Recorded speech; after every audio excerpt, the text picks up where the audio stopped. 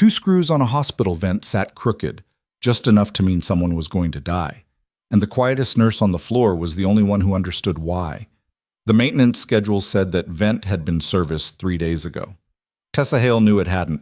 She'd worked this hallway for 11 months straight, third shift, the shift nobody wanted. She knew every crack in the ceiling tile, every hum in the electrical panels, every rhythm of footsteps that belonged and the ones that didn't. And she knew those screws had been tight yesterday morning. Now they hung loose, misaligned, and if you listened close enough through the white noise of monitors and murmured conversations, you could hear something breathe behind the grate. Not air, something heavier. Chemical. Nobody else noticed.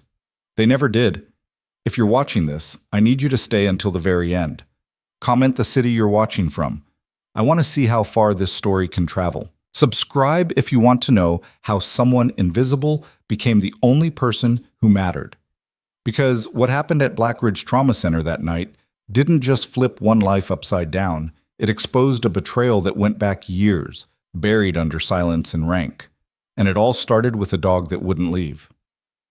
The call came at 9:47 p.m., right when Tessa was finishing her medication rounds on the 4th floor ICU. Dispatch didn't ask. They ordered. Hale, room 428. Patient brought in an unauthorized service animal. Admin wants it removed. Now. Tessa set down the tablet she'd been using to log vitals and walked toward the elevator without argument. She didn't bother asking questions. Questions implied you had a voice.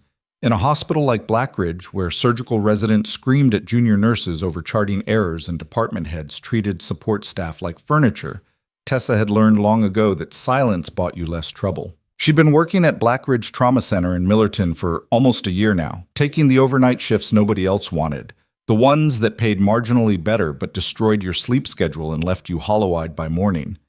The other nurses barely knew her name.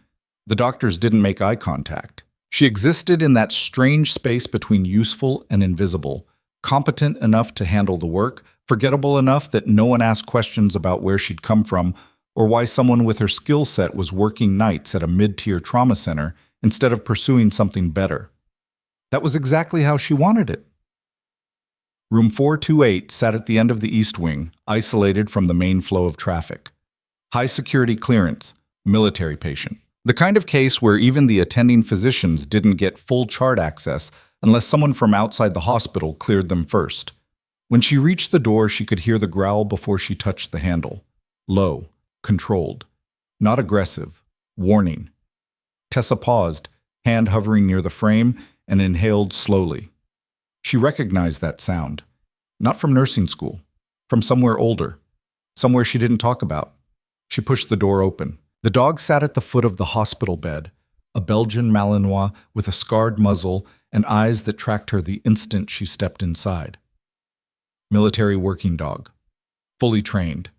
The kind of animal that didn't react to strangers unless it had been taught to assess threats on instinct. The patient, mid-30s, bandaged shoulder, too alert for someone post-op, watched her just as carefully. "They send you to kick him out?" His voice was rough but steady. No fear, just annoyance. Tessa glanced at the chart clipped to the wall. Name: Lieutenant Marcus Drain. Admitted 14 hours ago. Shrapnel wound. Surgery completed. Stable condition. Notes flagged him as a special operations transfer, which explained the private room and the lack of visitor logs. "They did," Tessa said quietly. She didn't move closer. The dog's ears hadn't relaxed. "Good luck with that. I'm not here to fight your dog, Lieutenant. I'm here because hospital policy doesn't allow animals in patient rooms unless they're certified service animals registered with administration." "He is certified." "Not with Blackridge." Marcus leaned back against the pillow, jaw tight. "So you're just following orders?" Tessa met his eyes. "I don't make the rules?" "That's what everyone says." The dog shifted slightly, nose angling toward the air vent above the bed. Tessa's gaze followed without thinking. The screws, still crooked. And now, this close, she could see a faint discoloration along the edge of the vent cover, oxidation that hadn't been there during her last shift. Her pulse didn't spike. It never did anymore. But something cold settled in her chest. "When did they bring you in, Si?" she asked, voice unchanged. Marcus frowned. This morning. Why? Has anyone accessed that vent since you've been here? What? The air vent above your bed. Has anyone opened it? He looked up, confused. I don't know. I've been asleep half the day. Tessa stepped closer, ignoring the dog's growl this time. She moved to the side of the bed and stood on the lower rail, reaching up toward the vent. Marcus started to object, but she wasn't listening anymore. The screws weren't just loose. They'd been removed and replaced recently. Wrong threading, wrong torque. Whoever put them back didn't care about matching the original installation. They cared about speed. She pressed her fingers along the edge of the vent cover and felt warmth. Not from airflow, from something else. The dog barked once, sharp and urgent. Tessa dropped back to the floor and turned to Marcus. Do you trust that animal? With my life. Then you need to listen to me very carefully. Don't move, don't touch anything, and don't let anyone else in this room until I come back. What the hell are you talking about? Tessa was already halfway to the door. She didn't run. Running drew attention. Instead, she walked with the same measured pace she always used, the kind that made people forget she'd even passed by. She reached the nurse's station and picked up the desk phone, dialing an extension that didn't appear on any hospital directory. It rang 3 times before a voice answered. Identification. Tessa turned her back to the hallway, voice low. This is Hale. Black Ridge Trauma, 4th floor. I need a sweep team on site. Possible IED, active room, occupied. Silence. Then, confirm your status. Inactive, civilian cover. But I know what I'm looking at. Another pause, longer this time. Hold position. Team inbound. ETA, 12 minutes. The line went dead. Tessa set the phone down and turned back toward the hallway. The charge nurse, a sharp-eyed woman named Bryn Collier who'd been working Black Ridge for 15 years, was staring at her from across the station. Who were you calling? Maintenance, Tessa said evenly. Room 428 has a vent issue. Bryn's expression didn't change. Maintenance doesn't work through internal extensions. They do when it's an emergency. What kind of emergency? Tessa didn't answer. She walked past Bryn and headed back toward the east wing, feeling the other nurse's gaze burning into her back. She didn't care. She had 12 minutes to make sure that rooms stayed sealed and that hallway stayed clear. Bryn had worked at Black Ridge longer than anyone else on the floor. She knew the hospital inside and out, knew which doctors played favorites, and which administrators cut corners on safety inspections to save budget. She also had a habit of asking too many questions when things didn't add up, and right now, Tessa could feel those questions forming behind her like a gathering storm. When she reached 428 again, Marcus was sitting up, the dog now standing at full attention beside the bed. Start talking, he said. Tessa closed the door behind her and locked it. That vent's been tampered with. Someone installed something inside it within the last 72 hours. Your dog knows it, and if I'm right, we've got about 10 minutes before someone realizes I made a call I wasn't supposed to make. Marcus stared at her. Who the hell are you? Right now, nobody, but I used to be EOD, Explosive Ordnance Disposal. I know what a rigged vent looks like, and I know what happens when people ignore the signs. His face shifted, not disbelief, but recognition. You're military. Was. Why are you here? Because I wanted to disappear. The dog barked again, sharper this time, and Tessa's attention snapped back to the vent. The faint chemical smell was stronger now. Not gas, not smoke. Something else. Something stable, until it wasn't. Marcus swung his legs off the bed, ignoring the IV still taped to his arm. If there's a bomb in this room, we need to evacuate. No, we locked down. If we move, whoever planted it knows we're onto them. And if they're watching this floor, they'll detonate remotely the second they see an evacuation start. So we just sit here? We wait for the people I called. And if they don't get here in time? Tessa looked at him, her voice calm and cold. Then I disarm it myself. Marcus didn't argue. He'd worked with enough specialists to know when someone wasn't bluffing. The minutes crawled. Tessa stood near the door, listening to the sounds outside. Footsteps, carts rolling past, distant conversations. Normal hospital noise, nothing out of place.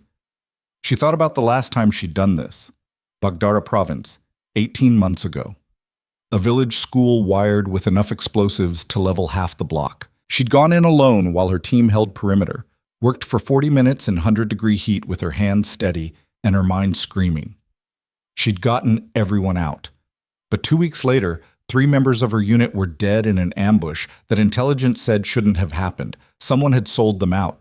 Someone on the inside. She'd never proven it, but she'd felt it, the way you feel a storm coming before the sky turns dark. That was when she'd walked away, until she heard the elevator chime at the end of the hall. She moved to the small window in the door and looked out through the glass. 3 men stepped off the elevator, dressed in maintenance uniforms, moving with precision that didn't match their appearance. One of them carried a toolbox. Another had a radio clipped to his belt. The third was looking directly at room 428. Tessa stepped back from the door. "They're here," she said quietly. Marcus stood, the dog moving in front of him instantly. "Your people?" "No." The footsteps stopped outside the door. A knock followed. 2 sharp raps, professional and courteous. "Maintenance, we got a call about a vent issue in this room." Tessa didn't answer. The voice outside shifted, less friendly now. "Ma'am, we need to access the room." Marcus looked at her. Tessa shook her head once. The doorknob rattled, locked. Then came the sound of a key sliding into the override slot. Tessa moved fast. She grabbed the desk chair and wedged it under the handle just as the lock disengaged. The door pushed inward an inch, then stopped against the chair. "Step back from the door." The voice outside wasn't polite anymore. Marcus positioned himself between Tessa and the door, the dog's growl filling the small room. Tessa's mind was already running through options. The window didn't open. The room had no secondary exit. And if those men forced their way in, she had maybe 5 seconds before everything went to hell. The door shuddered as someone shoved against it from the other side. And then, from somewhere down the hall, came the unmistakable sound of boots hitting tile at a full sprint. Not sneakers, not hospital clogs, combat boots. The men outside the door heard it too. One of them swore. Tessa heard the toolbox hit the floor, followed by the snap of something metallic being drawn. Then the hallway exploded into motion. Tessa couldn't see it, but she could hear everything. The shouted commands, the impact of bodies against walls, the sharp crack of something hitting bone. It lasted less than 20 seconds. Then silence. A new voice came from outside the door, hard and authoritative. "Hale, it's clear. Open up." Tessa pulled the chair away and unlocked the door. Standing in the hallway were 4 soldiers in full tactical gear, weapons trained on 3 men, now zip-tied and face down on the floor. One of the soldiers, a broad-shouldered man with a scar running across his jaw, lowered his rifle and looked at Tessa with an expression that was part relief, part frustration. "Staff Sergeant," he said, "you couldn't stay out of trouble for 1 year?" Tessa didn't smile. "The vent? It's live." The man's expression shifted instantly. He turned to his team. "EOD up. Now." 2 of the soldiers moved past Tessa into the room, already pulling equipment from their packs. One of them glanced at Marcus, then at the dog, and gave a single nod of acknowledgement before climbing onto the bed to access the vent. The lead soldier, Captain Rains, Tessa remembered his name now, stepped closer to her, voice low. "You want to tell me what you're doing in a civilian hospital?" "Living quietly." "That's over now." Tessa didn't argue. She watched as the EOD techs carefully removed the vent cover, revealing a compact device wired into the ductwork. Small, professional, the kind of thing that wouldn't show up on a standard security sweep. One of the techs spoke without looking away from the device.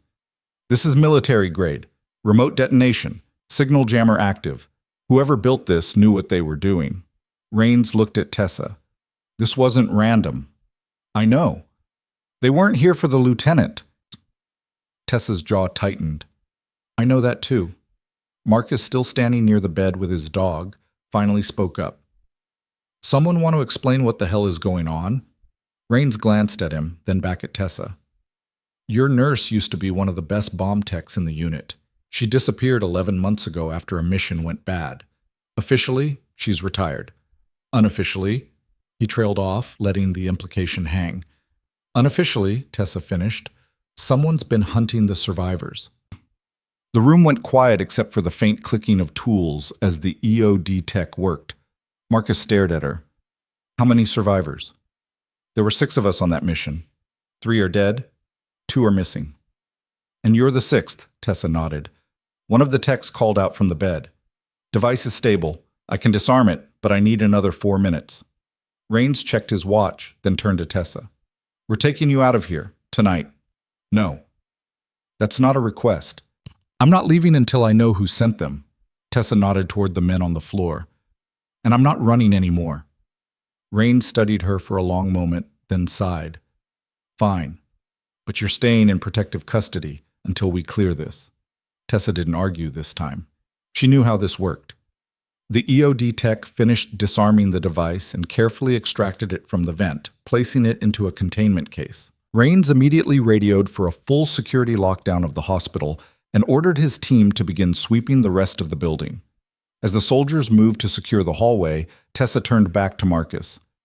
Your dog saved your life, she said quietly. Marcus looked down at the Malinois, then back at her.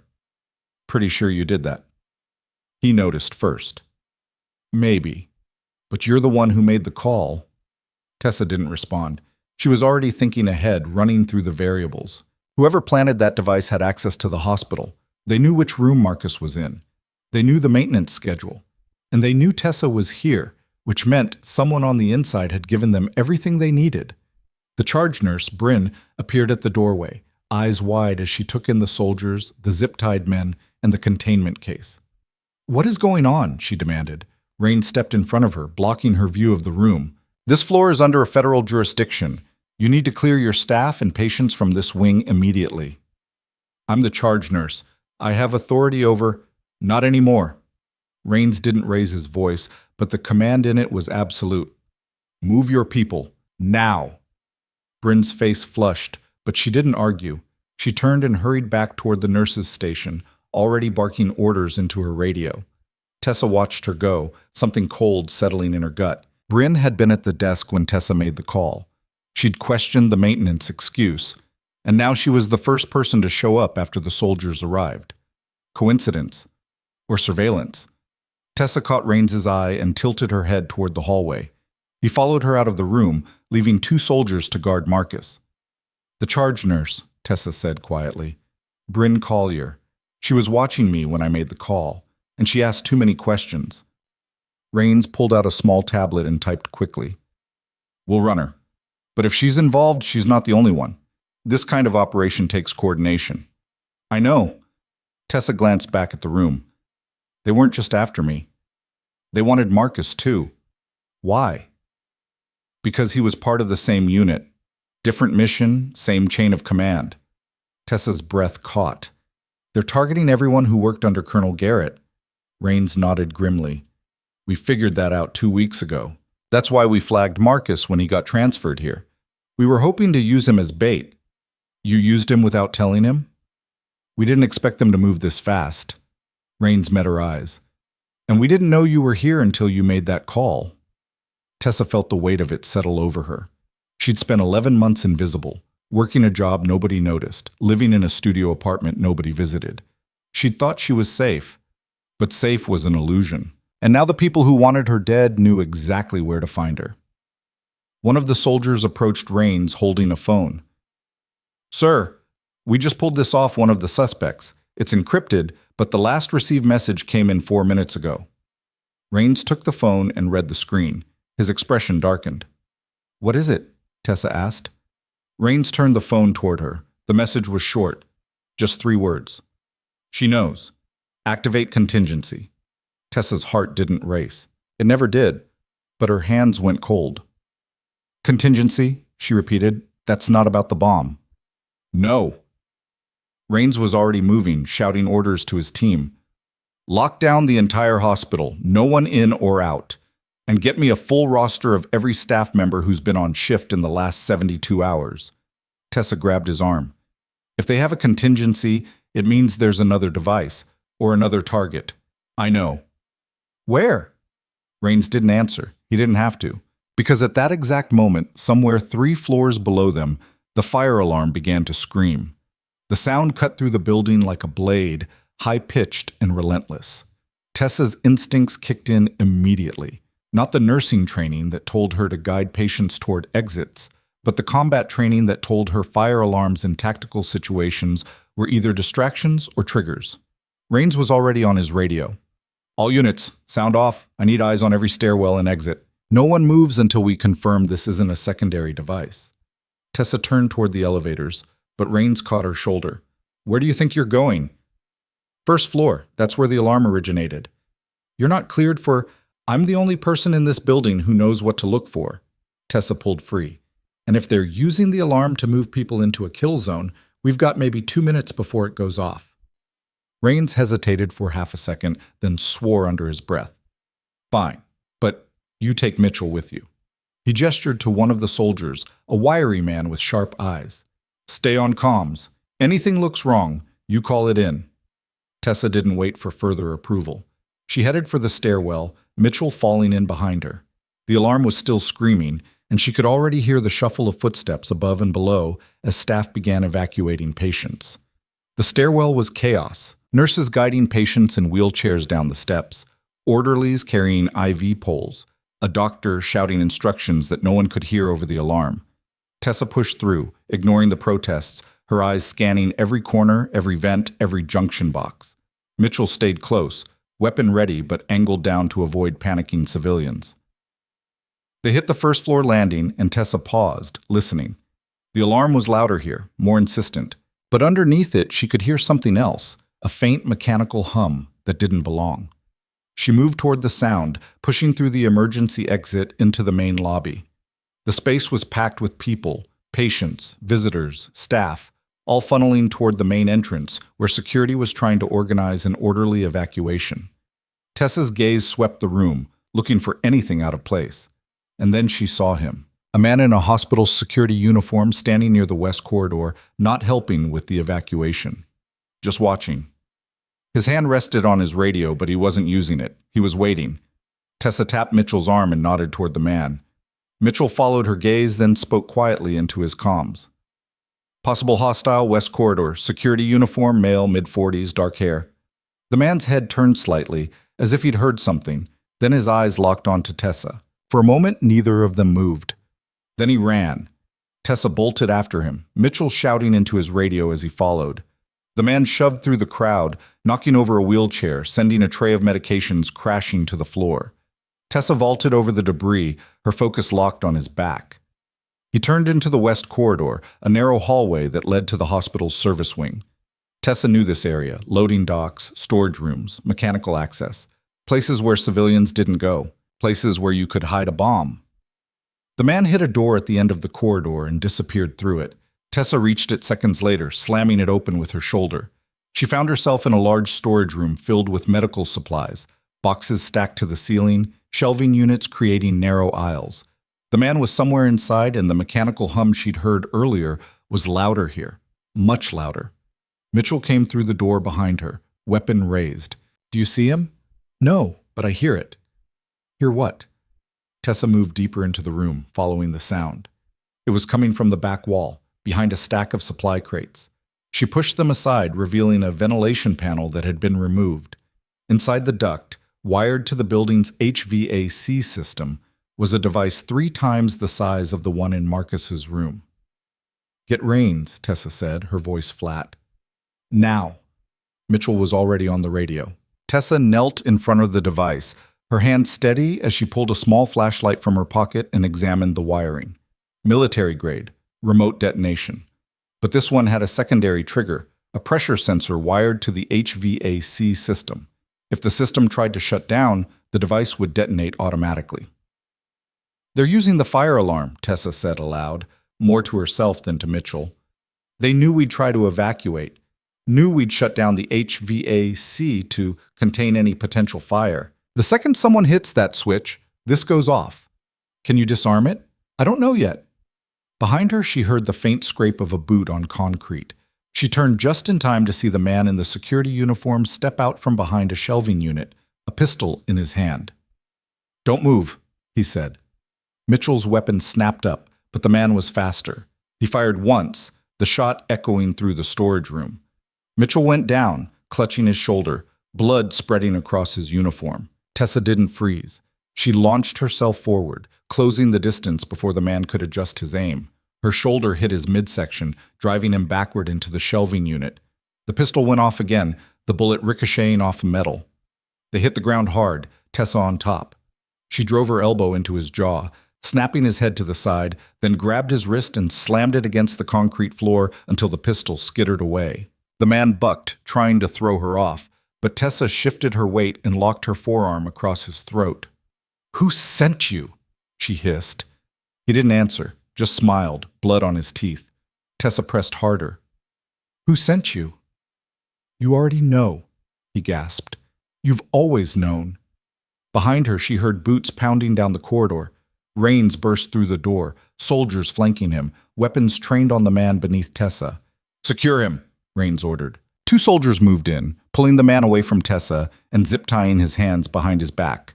Rains helped Tessa to her feet, then moved to Mitchell, who was sitting against the wall, pressing a hand to his shoulder. "Medic, now!" Tessa turned back to the device. "We've got a bigger problem."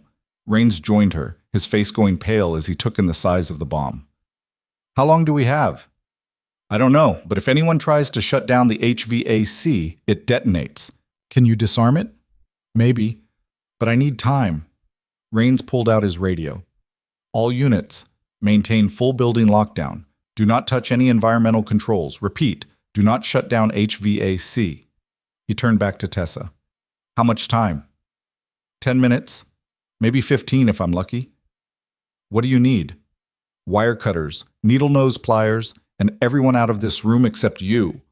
Rains didn't argue. He barked orders, and within 30 seconds, the room was clear except for the two of them. One of the soldiers handed Tessa a small toolkit before retreating. Tessa knelt in front of the device again, her mind shifting into the cold, mechanical focus that had kept her alive through dozens of situations just like this. She traced the wiring with her eyes, identifying the power source, the trigger mechanism, the fail-safes. "Talk to me," Rains said quietly. He was standing behind her, far enough to give her space, close enough to hear. "Two trigger systems," Tessa said, her hands already moving. "Primary is remote detonation. Secondary is the pressure sensor on the HVAC. If I cut the primary, the secondary activates. If I cut the secondary, the primary detonates." "So how do you disarm it?" "I don't. I isolate the power source and kill both systems simultaneously." "And if you're wrong? Then we both die." Rains was quiet for a moment. "You know, when you disappeared, we all thought you'd cracked, that the mission broke you." "It did. But you're still here." "I didn't have a choice." Tessa carefully stripped the insulation from a wire, exposing the copper beneath. 3 people are dead because someone sold us out. And whoever it was, they're still out there." "You think it's someone in command?" "I know it is." Tessa connected a bypass wire, rerouting the current away from the trigger mechanism. "The only people who knew our mission parameters were us and Colonel Garrett's staff, and since we're the ones getting killed, that narrows it down pretty fast." Rains swore softly. "Garrett's dead. Heart attack 6 months ago." "Convenient. You think someone killed him?" "I think someone made sure he couldn't talk." Tessa cut another wire, watching the device's indicator light flicker. "And now they're cleaning up the rest of the loose ends." She worked in silence for another 3 minutes, her hands steady, her breathing controlled. The device was elegant in its brutality, designed by someone who understood not just explosives, but psychology. The kind of bomb that made you second-guess every decision. Finally, she reached the power source. A small lithium battery wired into both trigger systems with redundant connections. If she pulled it too fast, the sudden voltage drop would activate the secondary. If she cut the wrong wire first, the primary would detonate. "Rains," she said quietly. "If this goes wrong, make sure Marcus gets out, and find the other 2 survivors before they end up like the rest of us." "Tessa, just promise me." "I promise." Tessa took a breath, then moved. She cut the first wire, then the second, then pulled the battery free in one smooth motion. The indicator light went dark. The mechanical hum stopped. The room fell silent except for the distant wail of the fire alarm. Tessa sat back on her heels, her hands still steady, and set the battery down carefully beside the device. "It's done," she said. Rains let out a breath he'd been holding. "You're sure?" "Yeah." He keyed his radio. "Device is disarmed. I repeat, device is disarmed. Begin evacuation protocols, and somebody shut off that damn alarm." Within seconds, the fire alarm cut off, Leaving the building in an eerie quiet, Tessa stood, her legs shaking slightly now that the adrenaline was starting to fade. Rains put a hand on her shoulder. "You did good." "I did my job." "You did more than that." Tessa didn't respond. She was staring at the device, her mind already running through the implications. 2 bombs in one building, 3 men in custody, and a text message that said someone was watching, waiting for her to make a move. The door opened and one of the soldiers stuck his head in. "Sir, we've got a situation upstairs." Rains tensed. "What kind of situation?" "The charge nurse, Collier. She's gone." Tessa's head snapped up. "What do you mean, gone?" "She left the building during the evacuation. Security footage shows her getting into a vehicle in the parking garage. We lost her after that." Tessa exchanged a glance with Rains. "She was the inside contact. Looks that way." "Then she knows we disarmed the bombs, and she knows we have her people in custody." Rains pulled out his tablet, typing rapidly. "I'm putting out an APB on her vehicle. We'll find her." "No, you won't." Tessa's voice was cold. "If she's smart, she ditched the car 2 blocks from here and she's already in the wind." "So what do we do?" Tessa looked down at the disarmed device and then back at Rains. "We make her think she won." Rains frowned. "How?" "The men you have in custody. They think the bombs went off. They don't know we disarmed them." "So?" "So we let them believe it. We fake casualties. We stage the scene to make it look like the contingency plan worked. And then we wait for Collier to make contact with whoever she's working for." Rains studied her for a long moment. "That's a hell of a gamble." "It's the only way we're going to find out who's at the top of this." "And what about you? If they think you're dead, you can't exactly go back to your apartment." "I wasn't planning to." Rains sighed, then nodded. "All right, we'll do it your way, but you're staying under our protection until this is over." "Fine." "And Tessa?" Rains's expression was serious. "When we find out who's behind this, and we will, you let us handle it. No solo missions, no revenge runs. You understand?" Tessa met his eyes. "I understand." But even as she said it, she knew it was a lie. Because whoever had killed her team, whoever had spent 11 months hunting the survivors, whoever had planted bombs in a civilian hospital, they weren't going to stop. And neither was she. Rains led her out of the storage room and back toward the main building. The lobby was still crowded with evacuated patients and staff, but now there were soldiers everywhere, controlling the perimeter, checking IDs, locking down the scene. Tessa kept her head down as they passed through, following Rains to a service elevator that took them back up to the 4th floor. Marcus was still in his room, now guarded by 4 soldiers instead of 2. When Tessa walked in, he looked up from the bed where he'd been lying with his dog curled at his feet. "You're alive," he said. "So are you."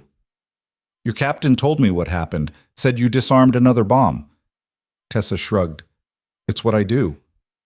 "Did." "Yeah, did." Marcus studied her for a moment. "So what now?"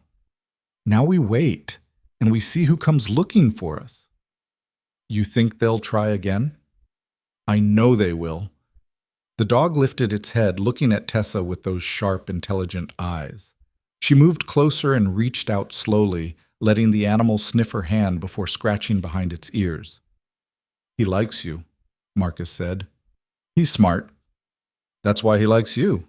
Tessa almost smiled. Almost. Rains appeared in the doorway. "We've got the scene staged downstairs.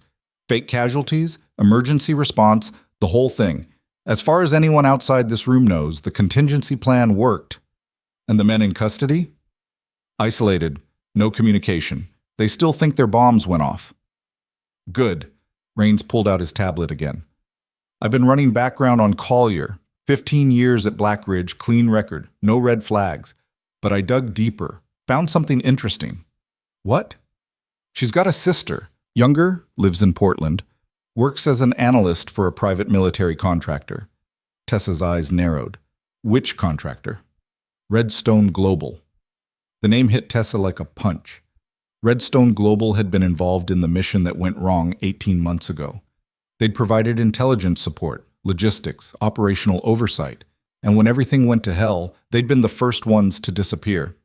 "Collier's sister works for Redstone," Tessa said slowly, "which means Collier had access to information about our mission. And probably a direct line to whoever ordered the hit on your team. Tessa felt the pieces clicking into place. Redstone was the contractor on the Baghdar operation. They provided the intelligence that led us into that ambush. You think they sold you out? I think someone inside Redstone did, and I think they've been cleaning up ever since. Rains was already typing. I'll get a team on the sister. If Collier makes contact, we'll know. Don't just watch her. Bring her in. On what charge? Conspiracy to commit terrorism. Aiding and abetting. I don't care. Just get her off the street before she disappears, too. Rains nodded and stepped out of the room, phone already to his ear. Marcus looked at Tessa. You really think a private contractor is behind this? I think someone with money and resources is behind this. Redstone fits. But why? What's the point of killing a bunch of EOD techs? Because we saw something we weren't supposed to see. Or we know something someone doesn't want getting out. Tessa sat down in the chair next to his bed, suddenly exhausted. That mission in Baghdara, we were supposed to be clearing a school that insurgents had rigged with explosives. Standard op. But when we got inside, it wasn't insurgents. It was a weapons cache. High-end stuff. Military-grade equipment that shouldn't have been there. Black market? Maybe. Or maybe someone was running guns through that village and we stumbled onto it. Either way, 3 days after we filed our report, the ambush happened. 3 dead, 2 missing, and me hiding in a hospital hoping no one would find me. But they did. Yeah, they did. The room fell quiet. Outside, Tessa could hear the sounds of the hospital slowly returning to normal. Announcements over the PA system, the rumble of gurneys, the beep of monitors. But underneath it all, she could feel the tension, the waiting, the certainty that this wasn't over. Her phone buzzed. She pulled it out, expecting a message from Rains. But it wasn't from Rains. It was from an unknown number. And the message was simple. You should have stayed hidden. Tessa stared at the screen, her thumb hovering over the delete button. The message sat there, glowing in the dim light of Marcus's hospital room, and she felt the old instinct kick in, the one that said burn the phone, ditch the SIM card, disappear before sunrise. But disappearing hadn't worked. 11 months of silence, of working double shifts and keeping her head down, and they'd found her anyway. She showed the screen to Marcus without a word. He read it, his jaw tightening. That came through just now? Yeah. So they know the bombs didn't work. Or they're fishing. Tessa pocketed the phone. Either way, they know I'm alive. Marcus swung his legs off the bed despite the IVs still attached to his arm. Then we need to move. Get you somewhere secure. I'm not running again. That's not running. That's tactics. It's the same thing. The dog stood as Marcus did, its attention fixed on the door as if it could sense something coming. Tessa felt it too. A shift in the air, a tension that hadn't been there a moment ago. Rains came back into the room, his expression grim. We've got movement. 2 vehicles just entered the hospital parking structure. No plates, tinted windows. They're not ours. Tessa was already on her feet. How many? Unknown, but they're not being subtle about it. They want us to know they're here. Tessa moved to the window, looking down at the parking structure 3 floors below. She couldn't see the vehicles from this angle, but she could see the shadows moving between the concrete pillars. Too coordinated to be random, too deliberate to be civilian. Rains pulled his sidearm and checked the magazine. We've got a route mapped to the roof. Helicopters on standby. No. Tessa turned away from the window. If we run, they'll follow. And next time they won't bother with bombs. They'll hit us in the open where there's no cover and no witnesses. So what do you suggest? We stop them here. Marcus looked at her like she'd lost her mind. There's still patients in this building, which is why they won't use explosives. They'll come in quiet, try to make it look like something else. An accident, a medical error, something that doesn't draw attention.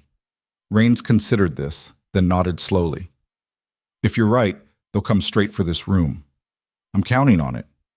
And if you're wrong, then we're dead anyway. Rains didn't argue. He stepped into the hallway and spoke quietly into his radio, repositioning his team. Tessa watched through the small window in the door as soldiers took up positions in the stairwells and at the elevator banks, their movements casual enough not to alarm the remaining hospital staff, but precise enough to lock down every approach. Marcus stood beside her, the dog pressed against his leg. You've done this before. It wasn't a question. Something like it, Tessa said. Fallujah. We knew insurgents were planning to hit our base. Instead of evacuating, we let them come, set up a kill box and waited. How'd that work out? We lost 2 guys, they lost 15. Those aren't great odds. They're better than running. The minutes stretched. Tessa kept her breathing steady, her mind clear. She'd learned a long time ago that panic was just wasted energy, and energy was the one thing you couldn't afford to waste when people were trying to kill you. Her phone buzzed again. Another message from the same unknown number. Last chance, walk away. She showed it to Rains. He frowned. They're stalling. No, they're giving themselves cover. When this goes bad, they'll say they warned me, that I had a choice. You think they're recording this? I'd bet on it. Tessa typed a response, her fingers quick and deliberate. Come and get me. She hit send and pocketed the phone. Rains shook his head. You just rang the dinner bell. Good. I'm tired of waiting. 2 floors down, a fire door opened. Tessa heard it through the ventilation system, a metallic click followed by the soft scuff of boots on concrete. Not the heavy stomp of soldiers, something lighter, tactical boots designed for silence. Rains heard it too. He raised a fist, signaling his team to hold position. The footsteps moved toward the stairwell. 4 distinct patterns. 4 people. Moving in formation. Tessa's pulse stayed steady. She'd been here before. In different buildings, different countries, but always the same equation. Predator and prey. The only question was who was which. The stairwell door on the 4th floor opened. Through the window, Tessa watched 4 figures emerge. They wore hospital scrubs and ID badges, but they moved wrong, too balanced, too aware. One of them carried a medical bag. Another had a tablet that glowed faintly in the dim hallway light. They walked directly toward room 428. Rains's soldiers didn't move. They stayed in position, weapons ready but out of sight, waiting for the order. The 4 figures stopped outside Marcus's door. One of them knocked, polite and professional. Mr. Drain? We're from pharmacy. We have your evening medications. Marcus looked at Tessa. She shook her head. The knock came again, more insistent. Sir, we need to administer these now. Doctor's orders. Tessa moved to the door, standing just to the side where she could see out, but they couldn't see in. The woman doing the talking was mid-30s, blonde hair pulled back, ID badge that said her name was Karen Voss. But her eyes were wrong, too sharp, too focused. Mr. Drain isn't accepting visitors right now, Tessa called through the door. The woman's expression didn't change. We're not visitors. We're medical staff. Then you can leave the medications at the nurse's station. Hospital policy requires direct administration for controlled substances. Then come back in the morning. There was a pause. Tessa watched as the woman exchanged a glance with one of the men beside her, a silent conversation, a decision being made. Ma'am, I'm going to need you to open this door. No. I can have security override the lock. Go ahead. Another pause, longer this time. Then the woman reached for her radio. Rains's voice cut through the hallway before she could key it. Step away from the door. The 4 figures turned as one, and suddenly the hospital corridor became a battlefield frozen in the instant before chaos. Rains stood at the far end of the hallway, flanked by 2 soldiers, their weapons raised but not quite pointed. The woman who'd been doing the talking kept her hand near her radio. We're hospital staff. We have orders to— You're not hospital staff. Rains's voice was flat, authoritative. And you're going to put your hands where I can see them. For a heartbeat, nobody moved. Then the man holding the medical bag dropped it and went for something underneath his scrubs. Rains's soldiers reacted instantly, but so did the other 3. The hallway erupted, not with gunfire, which would have drawn too much attention, but with something worse. Controlled violence, brutal and silent. Tessa didn't wait to see how it played out. She threw open the door and grabbed the first person within reach, the woman who'd been doing the talking. Tessa yanked her sideways, driving her into the doorframe with enough force to crack the woman's head against the metal edge. The woman went down, stunned but not unconscious. Tessa followed her to the floor, driving a knee into her spine and wrenching her arm behind her back. Who sent you? The woman didn't answer, just twisted hard, using a joint lock Tessa recognized from military combatives training. Tessa had to release or risk a broken wrist. She let go and rolled backward as the woman came up swinging. They traded blows in the narrow space outside the door. Short, vicious strikes designed to incapacitate, not wound. The woman was good, well-trained, but Tessa had been doing this longer. She caught the woman's next punch, redirected it into the wall, and followed with an elbow to the jaw that sent the woman sprawling. Behind her, Raines's soldiers had subdued two of the others. The fourth, a broad-shouldered man with a scar across his cheek, had broken free and was running toward the stairwell. Marcus's dog shot out of the room like a missile. The animal covered the distance in seconds, launching itself at the fleeing man and catching his arm in its jaws. The man screamed, swinging wildly, but the dog held on, dragging him down. By the time Raines reached them, the man was on the ground, blood streaming from a torn bicep, the dog standing over him with its teeth still bared. Tessa zip-tied the woman she'd subdued and hauled her to her feet. The woman's lip was split, blood running down her chin, but her eyes were still defiant. "You're making a mistake," the woman said. "I've made plenty. This isn't one of them. You don't know who you're dealing with.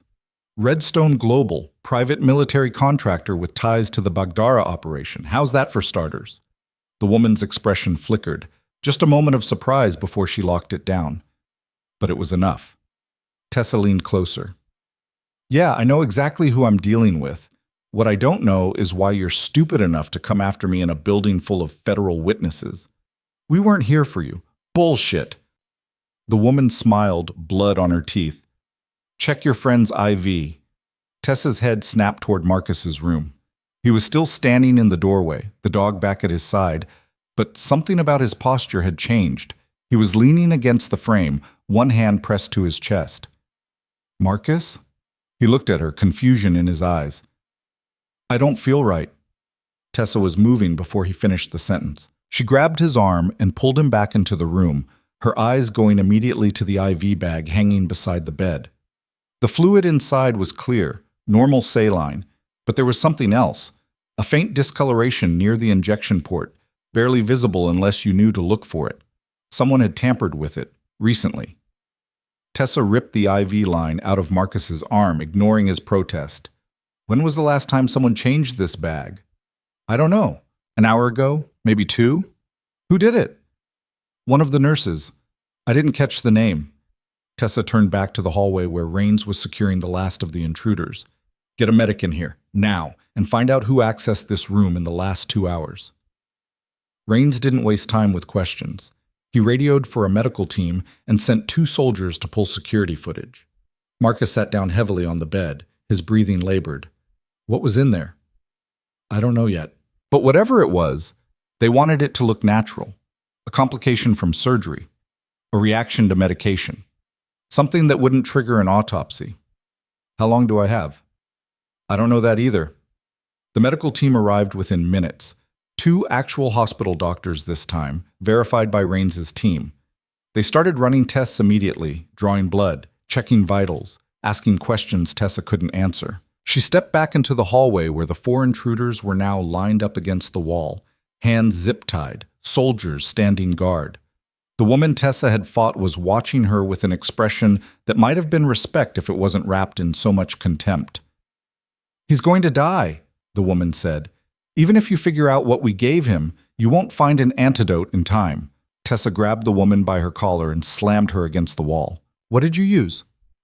"Something custom, something you won't find in any medical database." "Where'd you get it?" "Redstone has resources you can't imagine." "Then Redstone's going to have a problem when I start burning those resources to the ground." The woman laughed, a wet, painful sound. "You think you're the hunter here?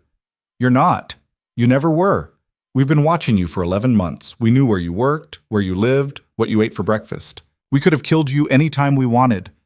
So why didn't you?" "Because you weren't the target. You were bait." Tessa's grip tightened. "For what?" "For everyone who's been trying to protect you. Everyone who thinks you matter. They're about to learn how wrong they are." Before Tessa could respond, one of Raines's soldiers called out from down the hall.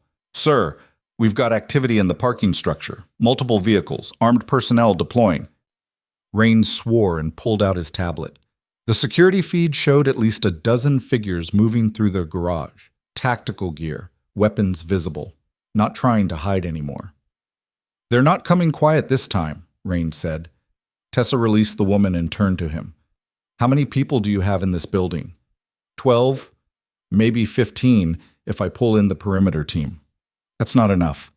I know. The building's PA system crackled to life. A calm, professional voice filled the hallways. Attention all staff and patients. This is a security announcement. We are implementing a full lockdown due to a potential threat. Please remain in your current location and await further instructions. Rains looked at Tessa. That wasn't us. I know. Down in the parking structure, the tactical team was moving toward the stairwells. Tessa counted 15 figures on the security feed, all armed, all moving with military precision. One of the doctors emerged from Marcus's room, his face pale. We've identified the compound. It's a synthetic toxin, derivative of ricin. Extremely potent. He's got maybe 90 minutes before organ failure starts. Can you treat it? Not here. We don't have the antidote. We'd need to transfer him to a facility with a specialized toxicology unit. Which facility? Closest one is Riverside Medical, about 40 minutes away. Tessa looked at Rains. Can't you get a transport? Not through that. He gestured to the security feed showing the tactical team now entering the stairwells. They'll hit the ambulance before it gets 3 blocks. Then we need another way out. One of Rains's soldiers spoke up. There's a service elevator that runs to the basement. It's used for morgue transport. Opens directly to an underground loading dock. That'll be covered too, Rains said. Probably, but it's our best option. Tessa made the decision. Get Marcus ready to move. Rains, I need 4 of your best to escort him to Riverside. The rest stay here and hold this floor. What about you? I'm staying. Like hell you are. They're here for me. If I leave, they'll follow. But if I stay, you might have a chance to get Marcus out. Rains stepped closer, lowering his voice. You're not sacrificing yourself for this. I'm not sacrificing anything. I'm finishing it. Before he could argue, the lights went out. The entire building plunged into darkness. Emergency lighting kicked in after a few seconds, bathing the hallways in a dim red glow that turned everything into shadows and uncertain shapes. Rains was already on his radio. All units, report. Static. Then a voice, tense and low. Ground floor is compromised. We've got hostiles in the main lobby. They're not engaging, just holding position. Another voice cut in. Second floor stairwell? Same thing. They're blocking the exits but not advancing. Tessa understood immediately. They're boxing us in. They want us stuck on this floor. Why? Because whatever they're planning, it happens here. The PA system crackled again, but this time it wasn't the calm professional voice. It was something else. A man's voice, cultured and smooth. Staff Sergeant Hale, I believe we should talk. Tessa's blood went cold. She knew that voice. Had heard it in mission briefings, on encrypted calls, in the command tent where they'd planned the Baghdara operation. Major Philip Vance, Colonel Garrett's second in command, the man who'd been running intelligence oversight for their entire unit. You should know by now that running is pointless, Vance continued, his voice echoing through the empty hallways. I have this building locked down. I have your friend dying from a toxin only I can cure. And I have about 50 questions I'd like you to answer before I decide whether to let any of you leave here alive. Rains looked at Tessa. You know him? He was our handler, the one who sent us into Baghdara. So he's the one who sold you out. Looks that way. Vance's voice came again. I'm going to make this very simple. You come down to the lobby, alone, unarmed, and we have a conversation. If I like what you tell me, I'll give you the antidote for your friend. If I don't, well, we'll see how much suffering you can watch before you break. Tessa pulled out her phone and typed a quick message to the unknown number that had been texting her. I'm here. Let's talk. The response came immediately. 3rd floor. Conference room B. 5 minutes. Come alone or everyone dies. She showed the message to Rains. He shook his head. That's a trap. Of course it's a trap. But it's also the only way Marcus gets out of here alive. We can fight our way through. No, you can't. Vance has overwhelming force, and he's positioned to cut us off at every turn. The only advantage we have is that he wants me alive, at least for now. And when he stops wanting you alive? Then you better hope your team is fast. Tessa turned to the soldier who'd mentioned the service elevator. How long to get Marcus down to the loading dock? 3 minutes if we move fast. Do it. Rains, you go with them. Get him to Riverside and don't stop for anything. I'm not leaving you here. Yes, you are. Because if Marcus dies, this was all for nothing. Rains opened his mouth to argue, but Tessa cut him off. That's an order, Captain. He stared at her for a long moment, then nodded reluctantly. You get 5 minutes. After that, I'm coming back for you. Fair enough? The medical team was already moving Marcus onto a gurney. He tried to sit up, but one of the doctors pushed him back down. Save your strength. Marcus grabbed Tessa's wrist as she walked past. Don't do anything stupid. Wouldn't dream of it. I'm serious. These people already killed half your unit. Don't let them make it 6 for 6. I'll do my best. She pulled free and watched as they wheeled him toward the service elevator. Rains gathered 4 soldiers and followed, the dog trotting alongside the gurney. The elevator doors closed, and they were gone. Tessa was alone in the hallway with the 4 zip-tied prisoners and 2 soldiers Rains had left behind. She looked at the woman she'd fought earlier. Vance sent you? He sent us to do what you should have done a year ago, die quietly. How's that working out for you? The woman didn't answer. Tessa turned to the soldiers. Anyone comes through those stairwell doors, you put them down. No warnings, no negotiations, just shoot. Yes, ma'am. She checked her watch. 4 minutes to get to the 3rd floor. She took the stairs, moving quickly but carefully, her senses sharp for any sign of an ambush. The 3rd floor was quiet. Too quiet. The emergency lighting cast everything in that same red glow, turning the corridor into something out of a nightmare. She found conference room B halfway down the hall, the door slightly ajar. She pushed it open. The room was empty except for a single chair in the center and a phone sitting on the conference table. As soon as she stepped inside, the phone rang. She picked it up. Tessa. Vance's voice was warm, almost friendly. It's been too long. Not long enough? I see you haven't lost your edge. That's good. I was worried 11 months of playing nurse might have softened you. What do you want? The same thing I've always wanted. Clean endings. No loose threads. No witnesses who can connect dots they shouldn't be connecting. You mean the weapons cache we found in Bagdara? But I mean the operation you stumbled into without clearance or authorization. An operation that cost me significant resources and valuable relationships. You were running guns to insurgents.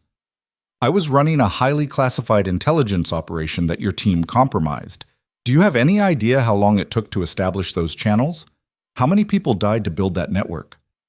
3 of my people died because you ambushed us. 3 of your people died because they couldn't follow simple orders. I told Garrett to keep EOD away from that village. He sent you anyway. So you killed him too. Vance was quiet for a moment. Garrett had a heart attack. Natural causes. Right after he started asking questions about what really happened in Bagdara. Coincidence? You don't believe in coincidence?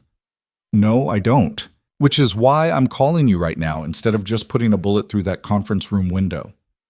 Tessa glanced at the window.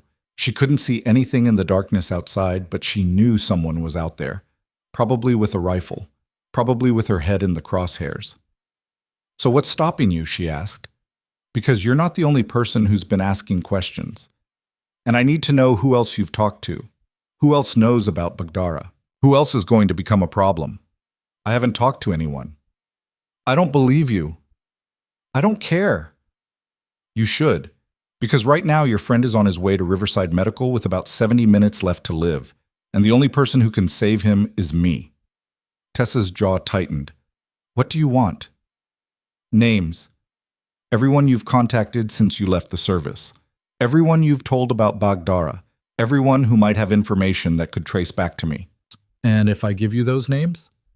Then I make a phone call, and the antidote is waiting for your friend when he arrives at Riverside. And if I don't? Then he dies. And then I start working my way through every person in this building until someone gives me what I want. Tessa closed her eyes, thinking fast. Vance had her boxed in, and he knew it. But he'd also made a mistake. He'd revealed that he was worried, that there was someone or something he was afraid of. There's no one, she said finally. I disappeared, went dark, didn't contact anyone from the unit. I'm going to need more than that. What do you want me to say? That I spent 11 months hiding in a nowhere hospital because I was scared? Fine. I was scared. You killed my team, and I didn't want to be next. But now you're not scared anymore. Now I'm pissed off. Vance laughed, a cold sound that made her skin crawl. I always liked you, Tessa. You had more spine than the rest of them combined. It's almost a shame this has to end the way it does. It doesn't have to end any particular way. Yes, it does. You see, the problem isn't that you know about Bagdara. The problem is that you represent a connection, a thread that leads back to an operation that officially never happened. And as long as that thread exists, I have a vulnerability. So you're going to kill me to tie off the loose end. Eventually. But first, you're going to help me find the other two survivors. The ones who went missing. Tessa's breath caught. They're alive? One of them is. The other, well, let's just say she wasn't as cooperative as I'd hoped. Rage flooded through Tessa, hot and vicious. You son of a... Save it. You want to save your friend, you do exactly what I tell you, starting with walking out of that conference room and getting into the vehicle that's waiting for you in the loading dock. I'm not going anywhere with you. Yes, you are. Because if you don't, I detonate the secondary devices we planted in this building while you were busy playing hero upstairs. Tessa's blood turned to ice. You're bluffing. Am I? Check the parking structure camera. 5th level, northwest corner. Tessa pulled out her phone and accessed the hospital's security feed. It took her a moment to find the right camera, but when she did, her stomach dropped. There, tucked against a support column, was a device 3 times larger than anything they'd found upstairs, and the timer was counting down. 47 minutes. Tessa stared at the timer on her phone screen, watching the seconds tick down with mechanical precision. The device in the parking structure was massive, enough explosive force to collapse the entire northwest section of the building, enough to kill everyone still trapped inside. Vance's voice crackled through the phone, smooth and patient. Now that I have your attention, let's talk about cooperation. You planted a bomb in a hospital full of civilians. I planted insurance. There's a difference. Not to the people who are going to die. Then I suggest you make sure they don't. Get in the vehicle. We'll have a conversation. If it goes well, I'll make a call and the device gets disarmed. Simple. Tessa's mind was racing, calculating angles and probabilities. Vance had the advantage. Overwhelming force, strategic position, and a timer counting down to mass casualties. But he'd also made assumptions. He assumed she cared more about the people in this building than she cared about taking him down. He assumed she'd trade herself to save them. He was right. But that didn't mean she had to make it easy. Where's the vehicle? She asked. Loading dock, black SUV. The driver knows where we're going. And the antidote for Marcus? Will be delivered to Riverside the moment you get in that vehicle. You have my word. Your word isn't worth shit. Perhaps. But it's all you've got right now. Tessa ended the call and pulled up Raines's contact. She typed quickly.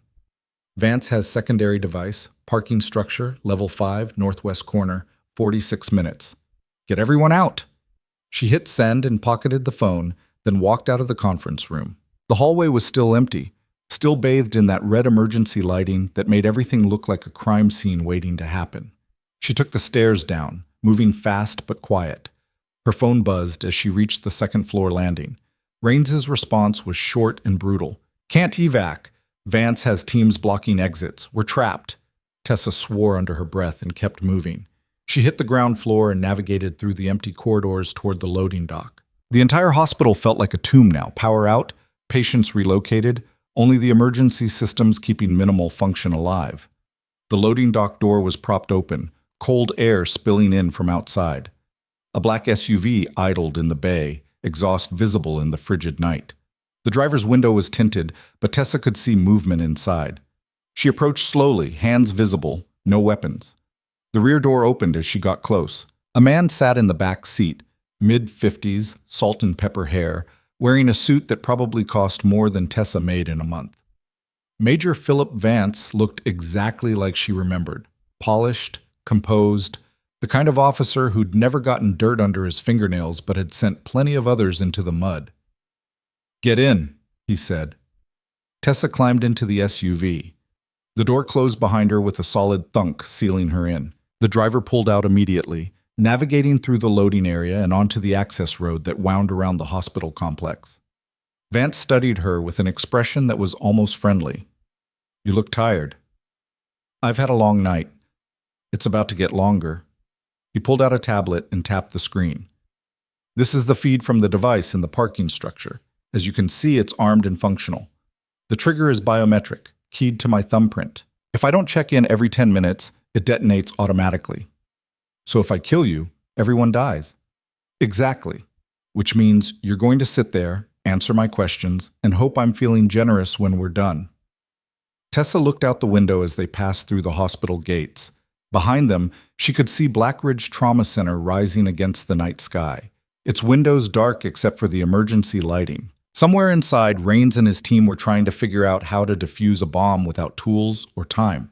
Somewhere else, Marcus was racing toward Riverside Medical with poison in his bloodstream, and she was sitting in a vehicle with the man who'd orchestrated all of it. "The survivor you mentioned," Tessa said. "The one who's still alive. Who is it?" "Sergeant Kyle Morrison. Last I checked, he was in Denver, living under a fake identity. He's been harder to track than you were. Because he's smarter. Because he had help. Someone inside the intelligence community is protecting him. I need to know who. And you think I know?" "I think you might. Morrison was your team leader. If he went underground, he would have reached out to people he trusted." "He didn't reach out to me." "Maybe not directly, but information has a way of traveling through networks. Someone knows where he is. Someone knows who's helping him. And I'm betting you can point me in the right direction." Tessa shook her head. "I've been out of the loop for almost a year. If Morrison's in Denver, that's news to me." Vance's expression didn't change, but something cold flickered in his eyes. "Let me be clear about something. I don't need you to tell me the truth. I just need you to tell me something useful. If you can do that, we both walk away from this. If you can't..." He gestured vaguely toward the hospital, now receding in the distance. "Well, accidents happen. You're going to blow that building anyway." "Am I?" "You've killed everyone else connected to Bagdara. Why would you leave a building full of witnesses?" "Because witnesses to what? A domestic terrorism incident? An attack by unknown assailants? As far as anyone knows, this was a random act of violence. Tragic, but unconnected to anything else. Rains knows who you are. Captain Rains is about to have a very unfortunate encounter with my tactical team. By the time anyone finds his body, the story will already be written." Tessa felt rage building in her chest, hot and vicious, but she kept her voice level. "You really think you can cover this up?" "I've covered up worse.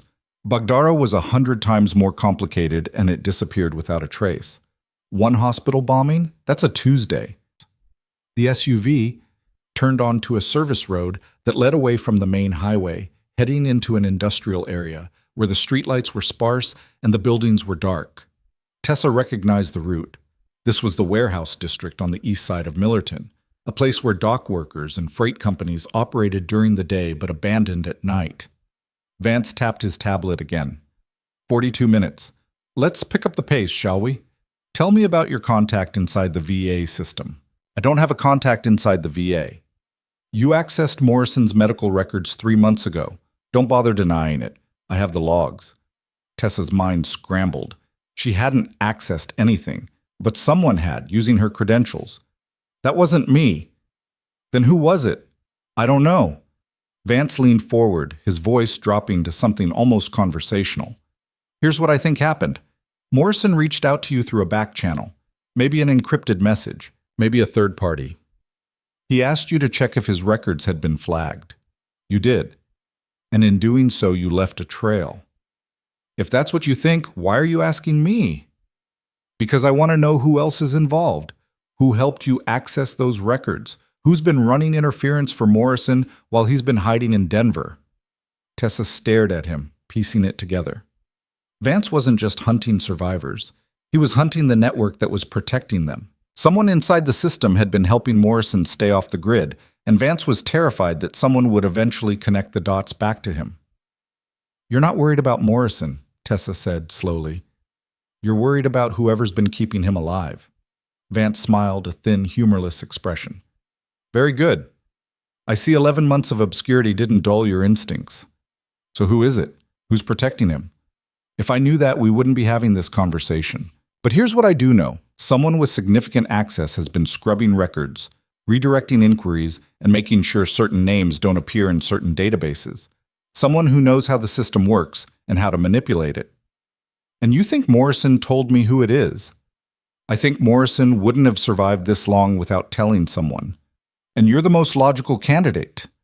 The SUV slowed and turned into a parking lot surrounded by chain-link fencing. A warehouse loomed ahead, its loading bays sealed, its windows dark. The driver pulled around to the back entrance and stopped. Vance gestured toward the building. Let's continue this inside, more privacy.